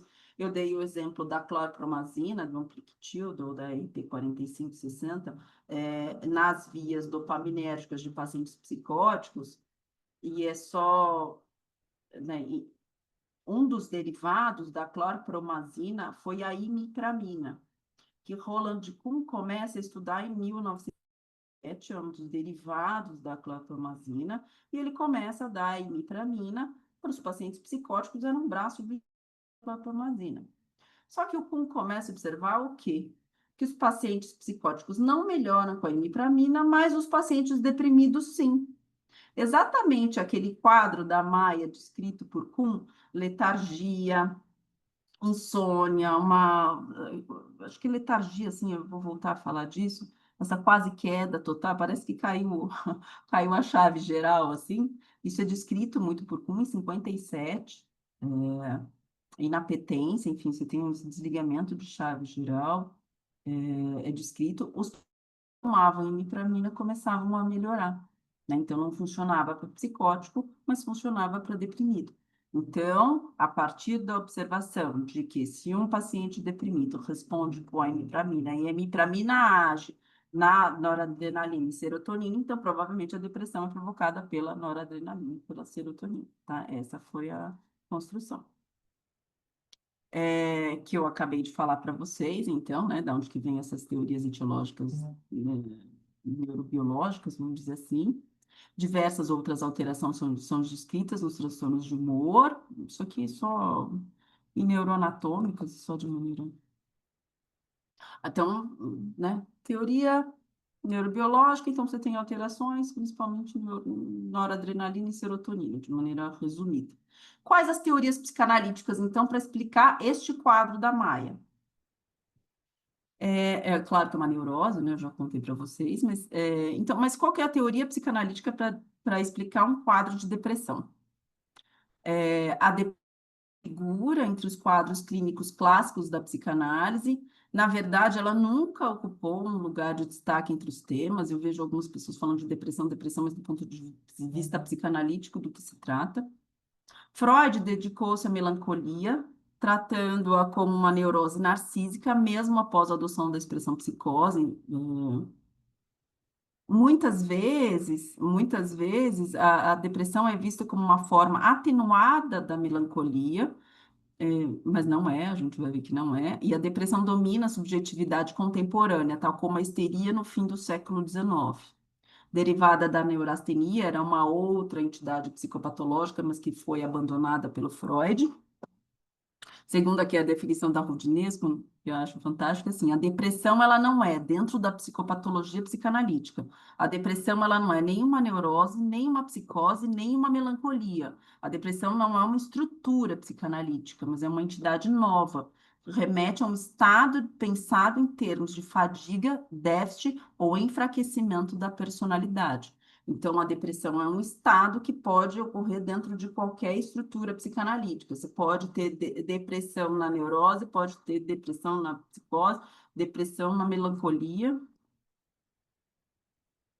Tem, que eu achei nesse artigo, que é muito legal, do Berlink e do Fedidar, que é a clínica de depressão, questões atuais. Eles estabelecem a diferença específica entre depressão e melancolia, e eles descrevem um campo semântico próprio da depressão. O que que é a depressão do ponto de vista psicanalítico? Nem a tradição psiquiátrica, nem a psicanalítica tinham estabelecido uma diferença clara entre ambas. Fica meio diluída a melancolia na depressão, mas eles deixam claro que são coisas diferentes. A melancolia é o que ele é, e a depressão é um estado.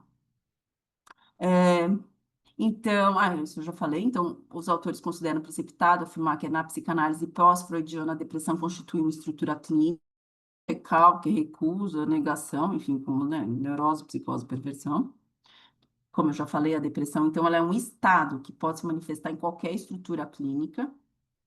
Entretanto, não é que tem uma depressão, a depressão é uma só ocorrendo nas diversas estruturas clínicas. Esse estado de depressão, que é muito descrito por Kuhn, esse que eu falei, do descobridor da imipramina, ele pode ser caracterizado por um quadro de, isso em teoria psicanalítica, por um quadro de letargia, lentificação e uma insensibilização da sensorialidade, uma condição vegetativo vital, nosologicamente inespecífica. Qual que é a condição? O que que eles estão chamando de depressão, tá? Essa condição manifesta-se por uma série de modificações somáticas de intensidade variáveis, alterações no processo de digestão, percepção sensorial, então as cores ficam restritas a tonalidades cinzas, texturas desaparecem, cheiro, sabor passa despercebido, uma leitora, pesadelo e outros distúrbios do sono, mal-estar, opressão no tórax, enfim, muitos sintomas somáticos. E eles comparam este estado, né, esse estado de letargia típico da depressão, a um estado de hibernação, e que Freud já relacionou com as condições de uma era glacial. Quando você pega o artigo do Freud, Neuroses de Transferência, uma síntese, que também é um dos artigos metapsicológicos, perdi lá um dos artigos metapsicológicos do Freud de 1915, que foi encontrado depois, parece que foi tudo encontrado depois, que é o Neurose de Transferência, que é muito legal esse artigo também, não está lá, mas porque ele foi encontrado depois. Freud sugere que, ao contrário do que aconteceu nas outras espécies, então ele tenta especificar uma evolução, né, pela influência de Darwin, como eu já falei, mas ele tenta colocar algumas alterações psicopatológicas do homem numa espécie de escala evolutiva, assim, então quase meio que filogenético. Então, no texto dos neuroses de transferência, então, eles pegam o gancho para tentar, os autores pegam o gancho para tentar explicar a depressão do ponto de vista psicanalítico a partir das teorias presentes nesse texto dos neuroses de transferência, uma síntese, né? Um dos artigos metapsicológicos. Lá, o Freud sugere que, ao contrário do que aconteceu nas outras espécies, a catástrofe glacial constitui um momento da passagem da animalidade para a humanidade. E a depressão é um estado que acompanha essa transformação, é literalmente um estado de hibernação. A partir da catástrofe glacial, tem uma mudança no ambiente, o ser humano acaba sujeito à perda do contato com a regularidade. Então, a partir da era glacial, os homens, um mal-estar de civilização também é reabordado. A partir da era glacial, os homens que viviam na natureza, realizando desejos, a partir do momento em que eles são obrigados a viver em caverna, eles têm que abrir mão desse objeto primitivo de satisfação. Já não posso mais comer a hora que eu quero, eu não posso ter relação, porque não pode procriar. Essas ocorrências lançam o ser humano numa condição de insuficiência muito primitiva de desamparo, produzindo dor, depressão, angústia, solicitando assim, junto à ameaça de extinção, mutações no sistema imunológico. Então, é bem ideia filogenética mesmo. No mal-estar da civilização, ele retoma essa ideia no mal-estar da civilização, tanto que no mal-estar da civilização ele coloca que, inclusive, as restrições a esses objetos de satisfações podem ser a angústia da restrição, né, da restrição deste desejo não satisfeito, a angústia que é consequência disso. Se você encontra uma via elaborativa para esses desejos, vamos dizer assim, não satisfeitos, né, para as exigências pulsionais não satisfeitas, você consegue diminuir, e é por isso que até nas cavernas você vê lá as pinturas rupestres, acho que eu vou falar disso para frente. No mal-estar ressalta o antagonismo irremediável entre isso é conhecido, entre as exigências do instinto e as restrições da civilização, introduz a noção de uma repressão orgânica que prepara o caminho para a civilização. Então, eu tenho uma repressão quase que, sei lá, imunológica, assim, né? Então, você tem que ter essa repressão das exigências pulsionais para preparar caminho para a civilização, que começa desde a era glacial. Resumindo, a depressão seria um estado de corpo angustiado pela catástrofe que produz a perda do objeto primitivo de satisfação e a perda correspondente com uma regularidade sexual assegurada de maneira pela sensorialidade. Então, para suportar, né, é um mito, né, assim, neurose de transferência, uma síntese. Então, para suportar a angústia e a ausência do objeto de satisfação, que levam ao estado de vazio, o ser humano ele reage com uma insensibilização da sensorialidade para um lugar para hibernar, igual o urso mesmo na caverna, eu preciso me proteger, e eu desligo a chave geral, esse estado de hibernação é para sobrevivência, eu desligo. Então, nas cavernas, onde os humanos passam a representar nas paredes manifestações de sua vida, eles podem se integrar a esse estágio letárgico do corpo. Essa atividade sem fim, no deprimido, é tomada por essa sensação de vazio, que percebe a ausência desse objeto, não vai ser preenchida. Então, traçando um paralelo, numa analogia, a depressão ela é caracterizada, isso é importante, como um estado inanimado do vivo, que ocorre graças à catástrofe glacial, que repete toda vez que o frio e o gelo dominam certas regiões da Terra e do próprio aparelho psíquico. Ou seja, toda vez que o psiquismo se encontra numa situação de ameaça e ele precisa sobreviver, ele parte para esse estado de hibernação. Tá? Essa é a teoria dos estados depressivos, do ponto de vista psicanalítico, segundo Fedida Eberlin. No fim desse ciclo hibernal, se houver condições favoráveis para a ação de Eros, corresponderia a um novo estado no quais as manifestações da sensorialidade se transformam e elas começam a voltar. Então, as cores, você começa a sair desse estado esse estado de hibernação, que eles chamam de um estado primaveril do psiquismo, né, que na verdade, né, do ponto não é mais a era glacial, mas este gelo ou esta catástrofe, ela acontece toda vez que em algum momento o psiquismo se vê com o seu narcisismo ameaçado e você tem que se retirar e meio que hibernar para poder perdido, tá? É uma hibernação, vamos dizer assim, quase que narcísica. Então, você tem esse novo estado denomina-se depressividade. Não se sabe ao certo como ocorre essa passagem da depressão para depressividade, que é para melhora, quando você sai desse estado de hibernação, que pode ocorrer, e eles falam, tanto de maneira natural, obedecendo o ritmo do próprio organismo, ou pode ser induzido por antidepressivo, né? Tanto que na clínica, o próprio Fedida fala que essa é uma diferenciação importante. Na melancolia, você não tem resposta com um antidepressivo. A melancolia é uma estrutura, você não vai mudar a estrutura, você não tem. No fragmento de melancolia, eu mostro qual é o lugar possível, porque realmente os sintomas de vazio, de autoestima reduzida, na melancolia, antidepressivo não resolve isso. Tá? Mas nesses estados da passagem de um estado, desse estado de depressão barra hibernação, né, dessa reconstituição, para passar para o estado primaveril ou de depressividade, no qual você retoma toda a questão da sensorialidade que é perdida, os pacientes referem, quem já viu paciente deprimido, né, eles referem a o gosto, não tem vontade de mais nada, se tem uma alteração sensorial muito clara, tá? Isso sim pode melhorar com antidepressivo, que é o caso da Mai, por isso que eu trouxe toda essa questão teórica aqui. Então, de uma maneira meio que resumida aqui na apresentação, eu tentei mostrar que no caso da Maia, tanto o uso de antidepressivo quanto o processo psicanalítico foram importantes para a melhora do quadro, para tentar entender e melhorar o sofrimento do qual ela passava. Primeiro, pelo estado de letargia que ela estava, ela nem teria conseguido chegar no tratamento psicanalítico se ela não tivesse melhorado um pouco daquele estado que ela estava. tá? Ela nem teria procurado a psicanálise, mas, por sua vez, só o tratamento psiquiátrico com medicação, apesar dela já estar comendo melhor, dormindo melhor, já tinha ganhado peso, já não estava tão letárgica, só a medicação não ajudou com que ela ressignificasse todos os conflitos que aconteciam com ela, tá?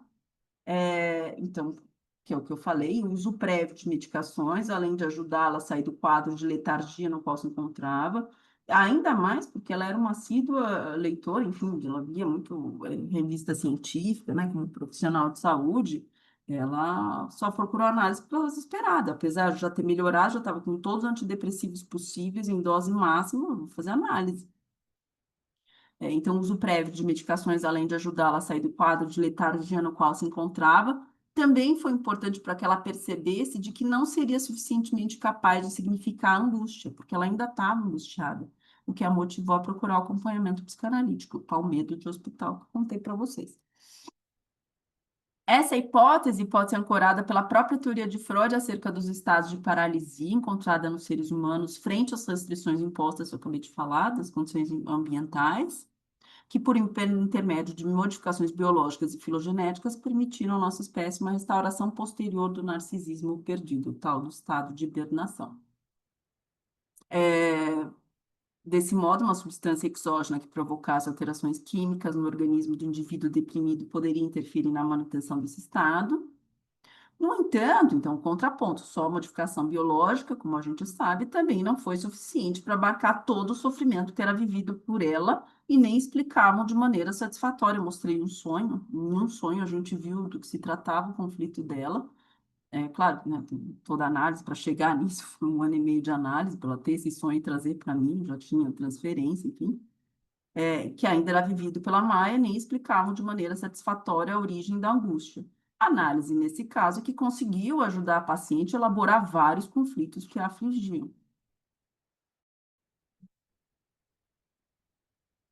Então, nos fragmentos clínicos de análise apresentados, eu faço, na verdade, então, eu faço, então, em cada fragmento, eu trouxe um exemplo resumido, mas em cada fragmento clínico de análise, eu geralmente abordo a teoria biológica do fenômeno, são duas teorias olhando para o mesmo fenômeno, as teorias biológicas e as teorias psicanalíticas sobre cada caso, cada entidade patológica. Nesse caso, deu para ver, eu acredito que ficou claro que as duas teorias não são excludentes, então ela pode ser muito bem uma paciente com alteração no sistema, enfim, noradrenérgico e serotoninérgico, e ter conflitos inconscientes com relação a conflitos ambivalências edípicas, enfim, uma neurose, uma coisa não exclui a outra, muito menos contradizem uma a outra, eles abordam a problemática estudada e o fenômeno observado por pressupostos e métodos diferentes. Espero ter deixado essa questão um pouco mais clara. E Freud, na verdade, já fez isso nas conferências introdutórias em 1916. Então, numa das conferências introdutórias de 1916, o Freud, exatamente na conferência sobre a psiquiatria e a psicanálise, ele tenta estabelecer uma relação entre a psiquiatria e a psicanálise a partir de um caso clínico de uma senhora que sofria de um quadro de delírios de ciúmes. É muito interessante, assim, um quadro clínico. Ele descreve a história e coloca a mesma coisa. E coloca, a partir da descrição da história, as teorias psiquiátricas da época dele, né? Estou falando em 1900, não tinha nem psicofarmacologia, apesar dele ter previsto a psicofarmacologia, mas ele coloca as teorias psiquiátricas muito voltadas para a questão da pré-condição, hereditariedade, vamos dizer assim, da sua época, de um lado, e as teorias do outro, com a finalidade de comparar, e ele demonstra que nenhuma delas é contraditória, né? Não são contraditórias, pelo contrário, ele até se questiona se não é um caso de uma complementar a outra, né? Se não se combinam de maneira mais efetiva. E, né, e daí ele fala isso nessa conferência, então, que eu achei bonita essa frase, né? Que a psicanálise relaciona-se com a psiquiatria aproximadamente como a histologia se relaciona. Uma estuda as formas externas dos órgãos, a outra estuda a sua estruturação em tecidos e células, né? Uma vê mais macro e a outra vê num aspecto mais microscópico, a psicanálise. Não é fácil imaginar uma contradição entre essas duas espécies de estudo, sendo um a continuação do outro, né? Que é o que eu, na verdade, acredito. É,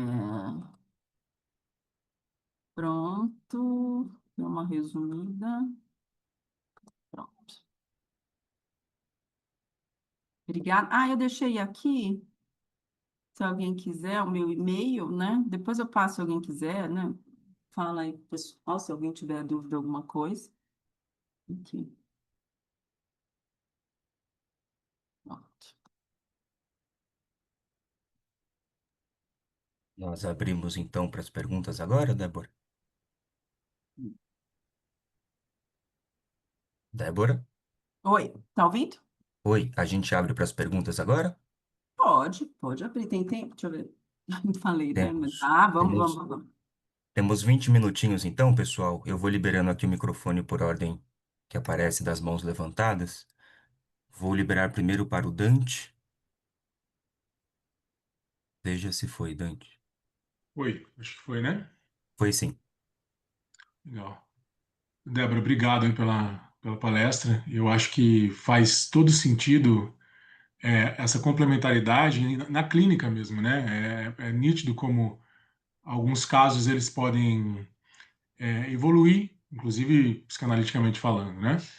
E, ao mesmo tempo também que tem uma grande medicalização, né? Um monte de diagnóstico sendo feito aí, né? Mas não é nem essa questão. O que eu queria perguntar para você é sobre o que que você tem visto, você que está diretamente conectado a isso, sobre o uso de algumas drogas psicodélicas, como, por exemplo, os cogumelos, o próprio canabidiol, né?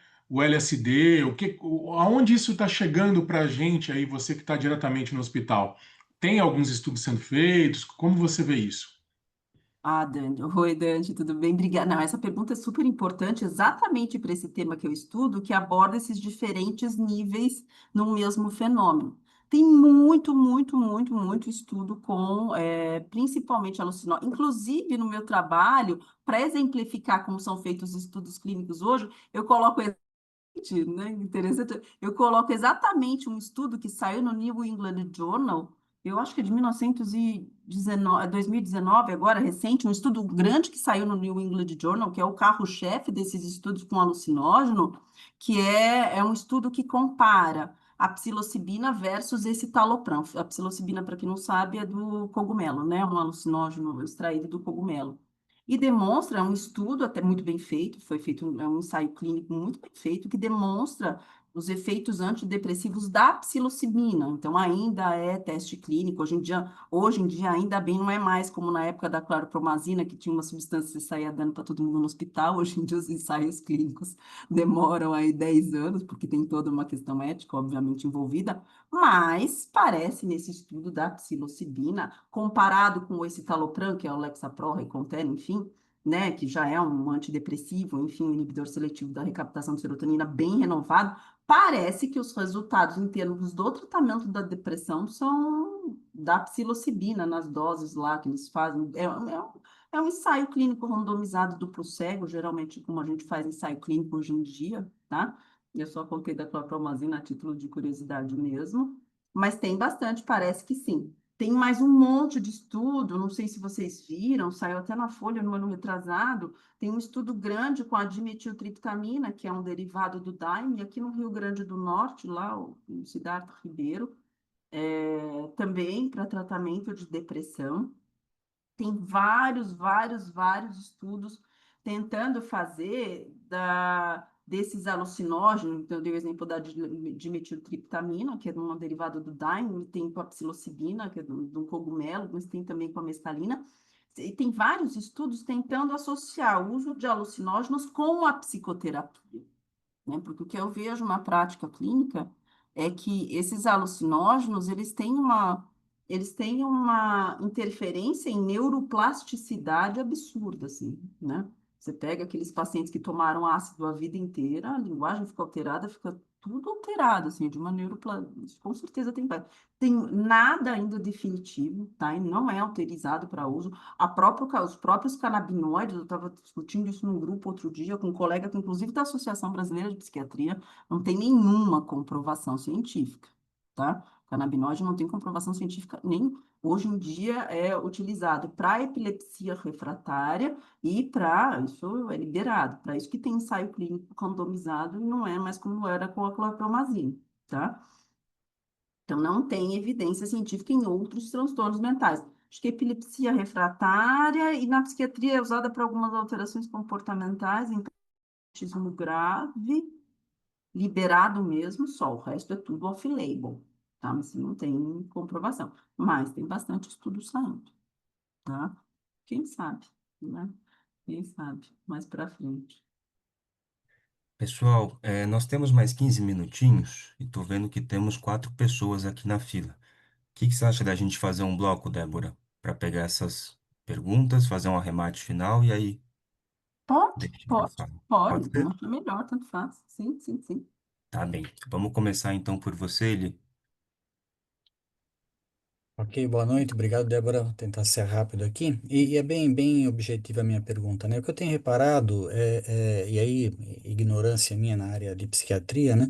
É que a dosagem do medicamento, quando ele é necessário o uso, né? Ele é sempre feito empiricamente, né?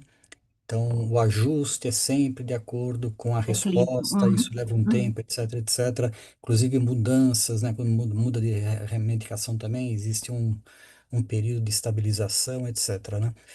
A psiquiatria hoje, ela só tem como recurso a anamnese durante o, o diagnóstico ou ela tem como lançar mão ou tem perspectiva de exames para identificar quantidade de serotonina, o que que essa pessoa precisa, como que ela é constituída, etc. Acho que você entendeu minha pergunta, né? Não, É super, mais nessa linha. super, não, ele, porque você quer abrir para todo mundo, João? Eu respondo rapidinho, mas assim, tanto que nos últimos, eu estou indo agora para um congresso de neurociências, tanto, Eli, que é muito legal, a psiquiatria não tem um marcador biológico. O marcador biológico é o santo grau da psiquiatria hoje. Tá todo mundo perseguindo um marcador biológico, diferentemente, Bruno, da endócrina, que você vai lá, idosa, né? Eu dei o exemplo, por exemplo, da oncologia, mesmo o marcador biológico, hoje em dia você sabe, infarto é só dosar troponina, você não precisa nem do anátomo patológico, você tem marcadores biológicos, a psiquiatria não tem nem, tá? São todas teorias etiológicas pressupostas, tá?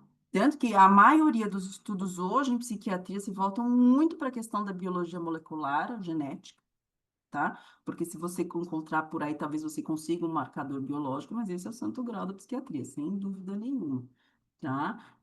Mas como diz o Zarifian, ele fala que o gene do mal-estar existencial vai ser um pouco mais difícil de encontrar, mas tá todo mundo correndo, né? Mas não tem. O diagnóstico, então, respondendo de maneira mais direta, é uma boa anamnese, o que a gente ensina para os meninos lá na psiquiatria é uma boa anamnese é o que vai direcionar o seu diagnóstico, uma boa história clínica. Claro que você tem exames complementares. Então, por exemplo, se eu suspeito, vem um paciente com quadro psicótico com 50 anos de idade, primeiro episódio, eu sou obrigada a investigar a causa orgânica. Ninguém abre um quadro psicótico com 50 anos de idade, né? Eu vou investigar a causa orgânica, eu vou ver se não tem alteração, diagnóstico psiquiátrico de exclusão, por exemplo, nesse caso. Eu sou obrigada a investigar. Outro dia eu peguei um com neurosífilis, né? Abrir um quadro maniforme com 50 anos. Então, quando a gente pega até em termos estatísticos, epidemiológicos, quadro psicótico com 50 anos, você tem que investigar quadro orgânico, pedir um líquor, enfim, era uma neurosífilis, tá? Melhorou com penicilina, né? Então, você tem exames complementares, mas o diagnóstico psiquiátrico é clínico, a anamnese é clínica, né? E a nossa propedêutica, que é o exame físico, então, tem a anamnese, que é a história, e o exame psíquico. Psicopatologia. Psicopatologia é fundamental, tá? Você faz o exame psíquico, a gente pega os residentes lá, bota os pacientes, faz todo mundo fazer exame psíquico. Consciente, orientado, humor, atenção, pensamento, afeto, crítica, é exame psíquico, tá? É o nosso exame, tá?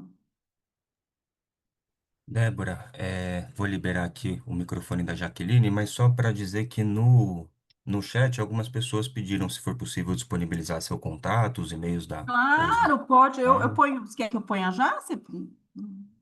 Pode pôr, se quiser jogar no chat, ou então, se quiser mandar para Daniela depois o material, ela reencaminha para os inscritos. Tá, eu ponho aqui, peraí. Pode falar, pode Tá falar. bem. Vou liberar aqui o seu microfone, Beleza. Jaqueline.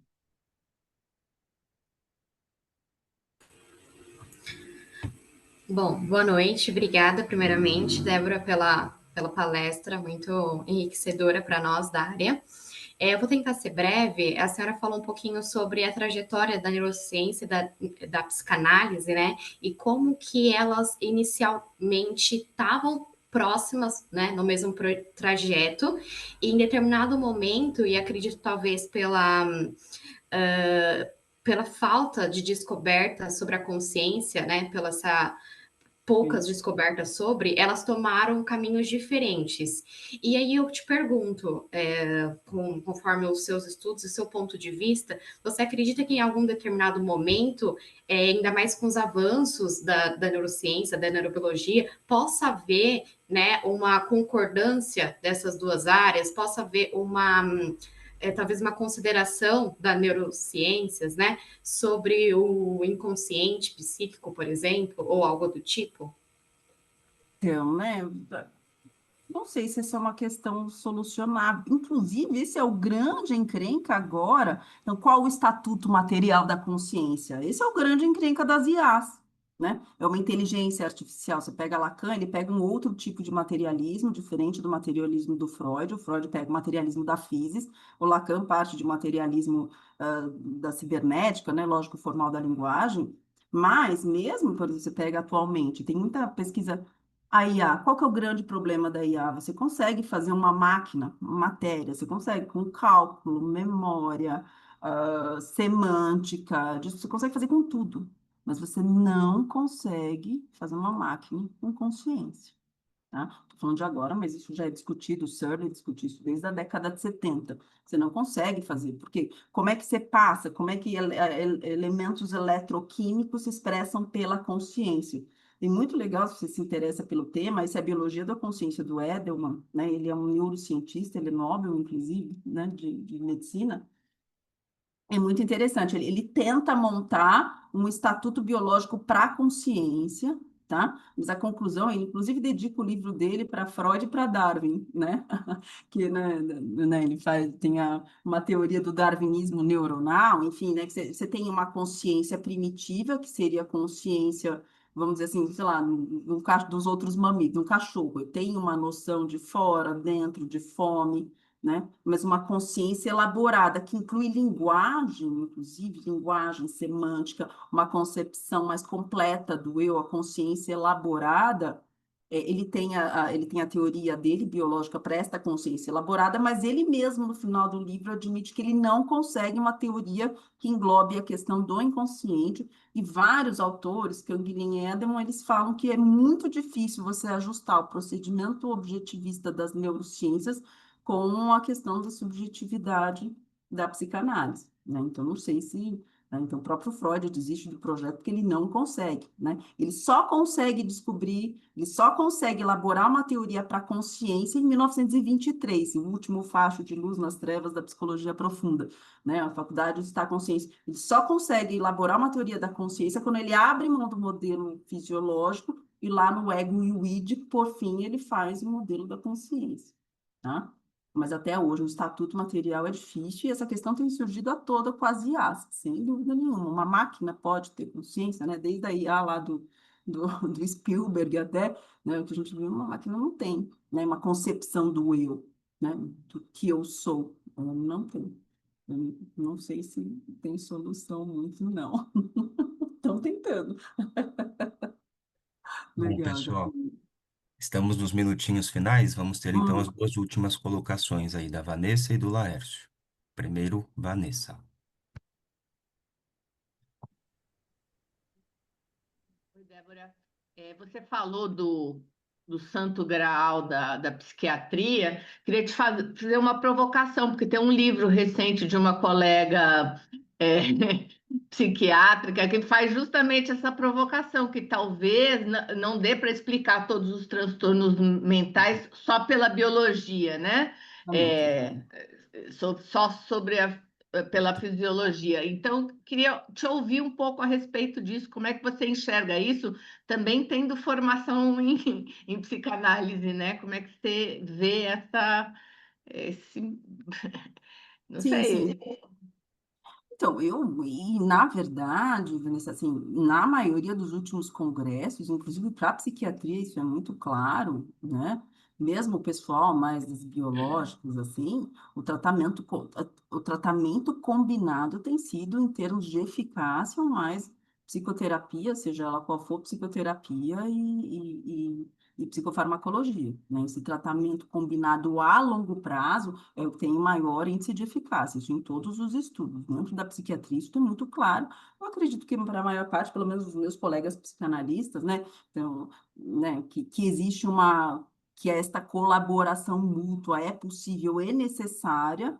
Eu acho que hoje em dia já teve resistência por colegas, mas eu acho que hoje em dia é um pouco mais que a gente vai achar um marcador biológico, agora que eu estava falando, não sei se é possível, né? Questão mais, a gente lá no primeiro ano de medicina, a gente fica, eu estava falando com o paciente, a gente fica muito no primeiro ano, a gente fala assim, corpo, mente e alma. Né? Então, quando o Freud pega aquele texto do aparelho psíquico, do tratamento de alma, é uma coisa um pouco palpável. Eu não sei se a gente vai conseguir, como eu acabei de falar, o gene do mal-estar existencial. Né? O ser humano é uma espécie meio à parte das outras em termos, de evolução. Mas que, então, as duas áreas, na minha opinião, se complementam, eu acho já, eu acho muito claro, assim. Até, acho que tanto de um lado quanto de outro, acho que é uma questão já meio que, já não tem muito conflito, não. Realmente, o marcador. Eu acho que talvez pela genética, sim. Tem muito estudo, principalmente na França, com tentativa de marcador genético em autismo. Nos últimos congressos que eu fui de neurociências, tem muito, todo mundo tentando mapear o gene do autismo. Eu acho que molecular, se a gente encontrar alguma coisa, talvez seja por aí, mapeamento genético, tá? Tem muito, muito estudo saindo. Nenhum conclusivo, mas está todo mundo indo por essa linha atualmente, tá? Provavelmente, sei lá, genoma. O marcador biológico vai ser genoma, muito provavelmente. Bom, Laércio,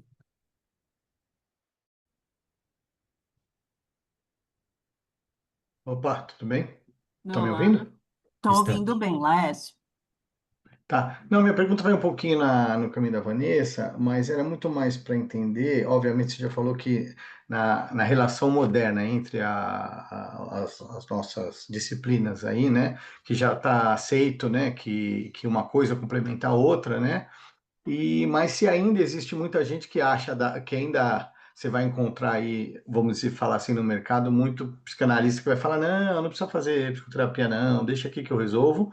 Ou muito psicólogo que vai falar, não, imagina, sou contra o remédio, esse negócio aí de remédio, todo mundo quer sair medicando, e não, vamos ficar aqui. E para a gente, como psiquiatra, ou que ainda futuros, né? Em que momento você fala, puta, não dá, vou ter que indicar para um amigo psiquiatra? Qual é essa linha, né? Onde eu preciso, o que eu preciso ler e estudar para não cometer esse erro, ou, né? Olá, é exata a pergunta central do meu trabalho, então, que os dois complementam, ok? Mas em que momento eu, como psicanalista, e essa foi a minha dúvida que surgiu, porque então, primeiro eu sou psiquiatra, depois eu fiz formação de psicanálise, e eu até brinquei uma vez que eu falei assim, às vezes eu levava caso clínico, né, na supervisão, e a minha supervisora, que é psicanalista, dela, Débora, você precisa medicar, e você não precisa medicar. Eu falei, mas como é que ela sabe? Eu não sei. Né, assim, porque eu estava no contexto psicanalítico. Eu falava, mas que raio que ela sabe? Eu não sei se eu que sou psiquiatra, né? E tem um termo muito legal que chama Fala e o Fármaco, do Ferdinand, que inclusive, na verdade, ele fala que o psicanalista ele tem até um ajuste melhor para saber em que momento você encaminha para uma medicação. Então, quando eu pergunto qual o lugar da psicofarmacologia, é exatamente lá, eu estou pensando neste ponto, nessa tua pergunta, em que momento eu, como psicanalista, entendo de ser necessária uma medicação para aquele caso, tá? Nos exemplos que eu trouxe, é quando a gente percebe que começa a encrencar o processo. Sabe quando começa a ficar parado? Então, eu peguei um paciente que deprime, sabe? Ou que deprime, ou que está com muita insônia.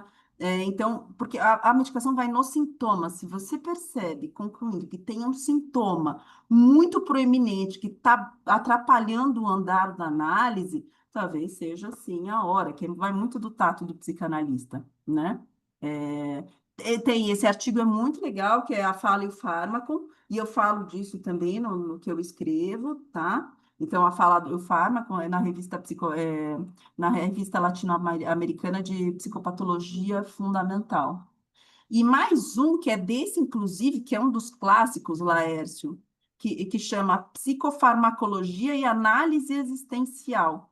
Inclusive, quem escreveu, eu escrevo aqui para você, ó. É,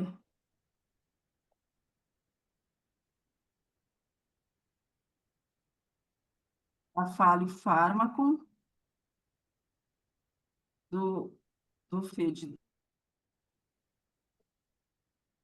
a fala e o fármaco do FEDDA. Tem no, você baixa o artigo, ele fala, é perfeito, na verdade. Esse artigo fala exatamente disso que nós estamos conversando agora. Se você tem essa dúvida, te ajuda bastante. É que eu faço exemplo clínico, assim, para ficar meio, por exemplo, no caso de melancolia, não foi pela melancolia, porque o paciente não dormia, ele estava noite sem dormir, o processo da análise não anda porque ele não consegue pensar. Então, eu mediquei só para a questão da insônia para medicação, né? Então, é muito individual, né? Que eu já sei que melancolia não melhora com antidepressivo na história, eu descrevo que não. Paciente psicótico sempre, tá? Assim, como psiquiatra, paciente psicótico sempre. É, tem que medicar. É psicofarmacologia, análise social.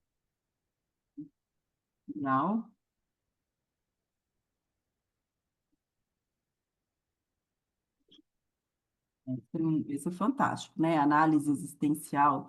Na verdade, o Kuhn é o descobridor da imipramina e ele descobre a imipramina e ele fala que não dá para dar um remédio sem uma observação maior filosófica existencial. O próprio criador da imipramina fala isso. É muito interessante e ele fala em que momentos você medica, né? Então, ele é lá de Heidegger, um existencialista, é muito legal. Os dois estão lá.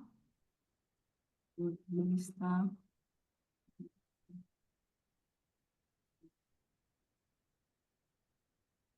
Não sei copiar.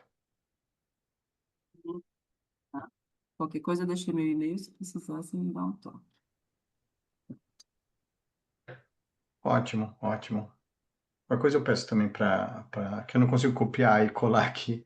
Mas tudo Não, bem, obrigado, obrigado. imagina, muito bom. Obrigada a É, vocês. pessoal, perguntaram aqui no e-mail, né, se seria possível enviar por e-mail depois essas referências de literatura, Débora. Se você conseguir mandar, fazer um documentozinho só com os títulos, pelo menos, e os autores, acho que o pessoal consegue achar depois, ou fazer um Faço. print e mandar para a Daniela, que ela repassa para os inscritos do evento. Tá, Acho que tá. agora no finalzinho o pessoal também É não tá muita com coisa para de anotar. pegar. Sim, sim, sim. É, Sim, tudo, na verdade, isso que eu fiz é do meu livro, né? Porque a minha dissertação virou um livro, tá tudo lá. E eu ah, saí, tá. na verdade, no fim do ano passado, mas eu também ponho nas referências, na verdade, né? As coisas ficam Legal. tudo no meu livro. E Bom, eu mando pessoal, todos os artigos, mando tudo. tá combinado então que a Débora vai mandar aí algumas referências. Acho que ela já mandou também no chat o contato dela, disponibilizado. Caso queira mandar junto com as referências depois, Débora. Acho que nem todo mundo Tá. tem tempo de pegar também. E, enfim, agradeço aí a presença de todos, em nome do CEP, claro.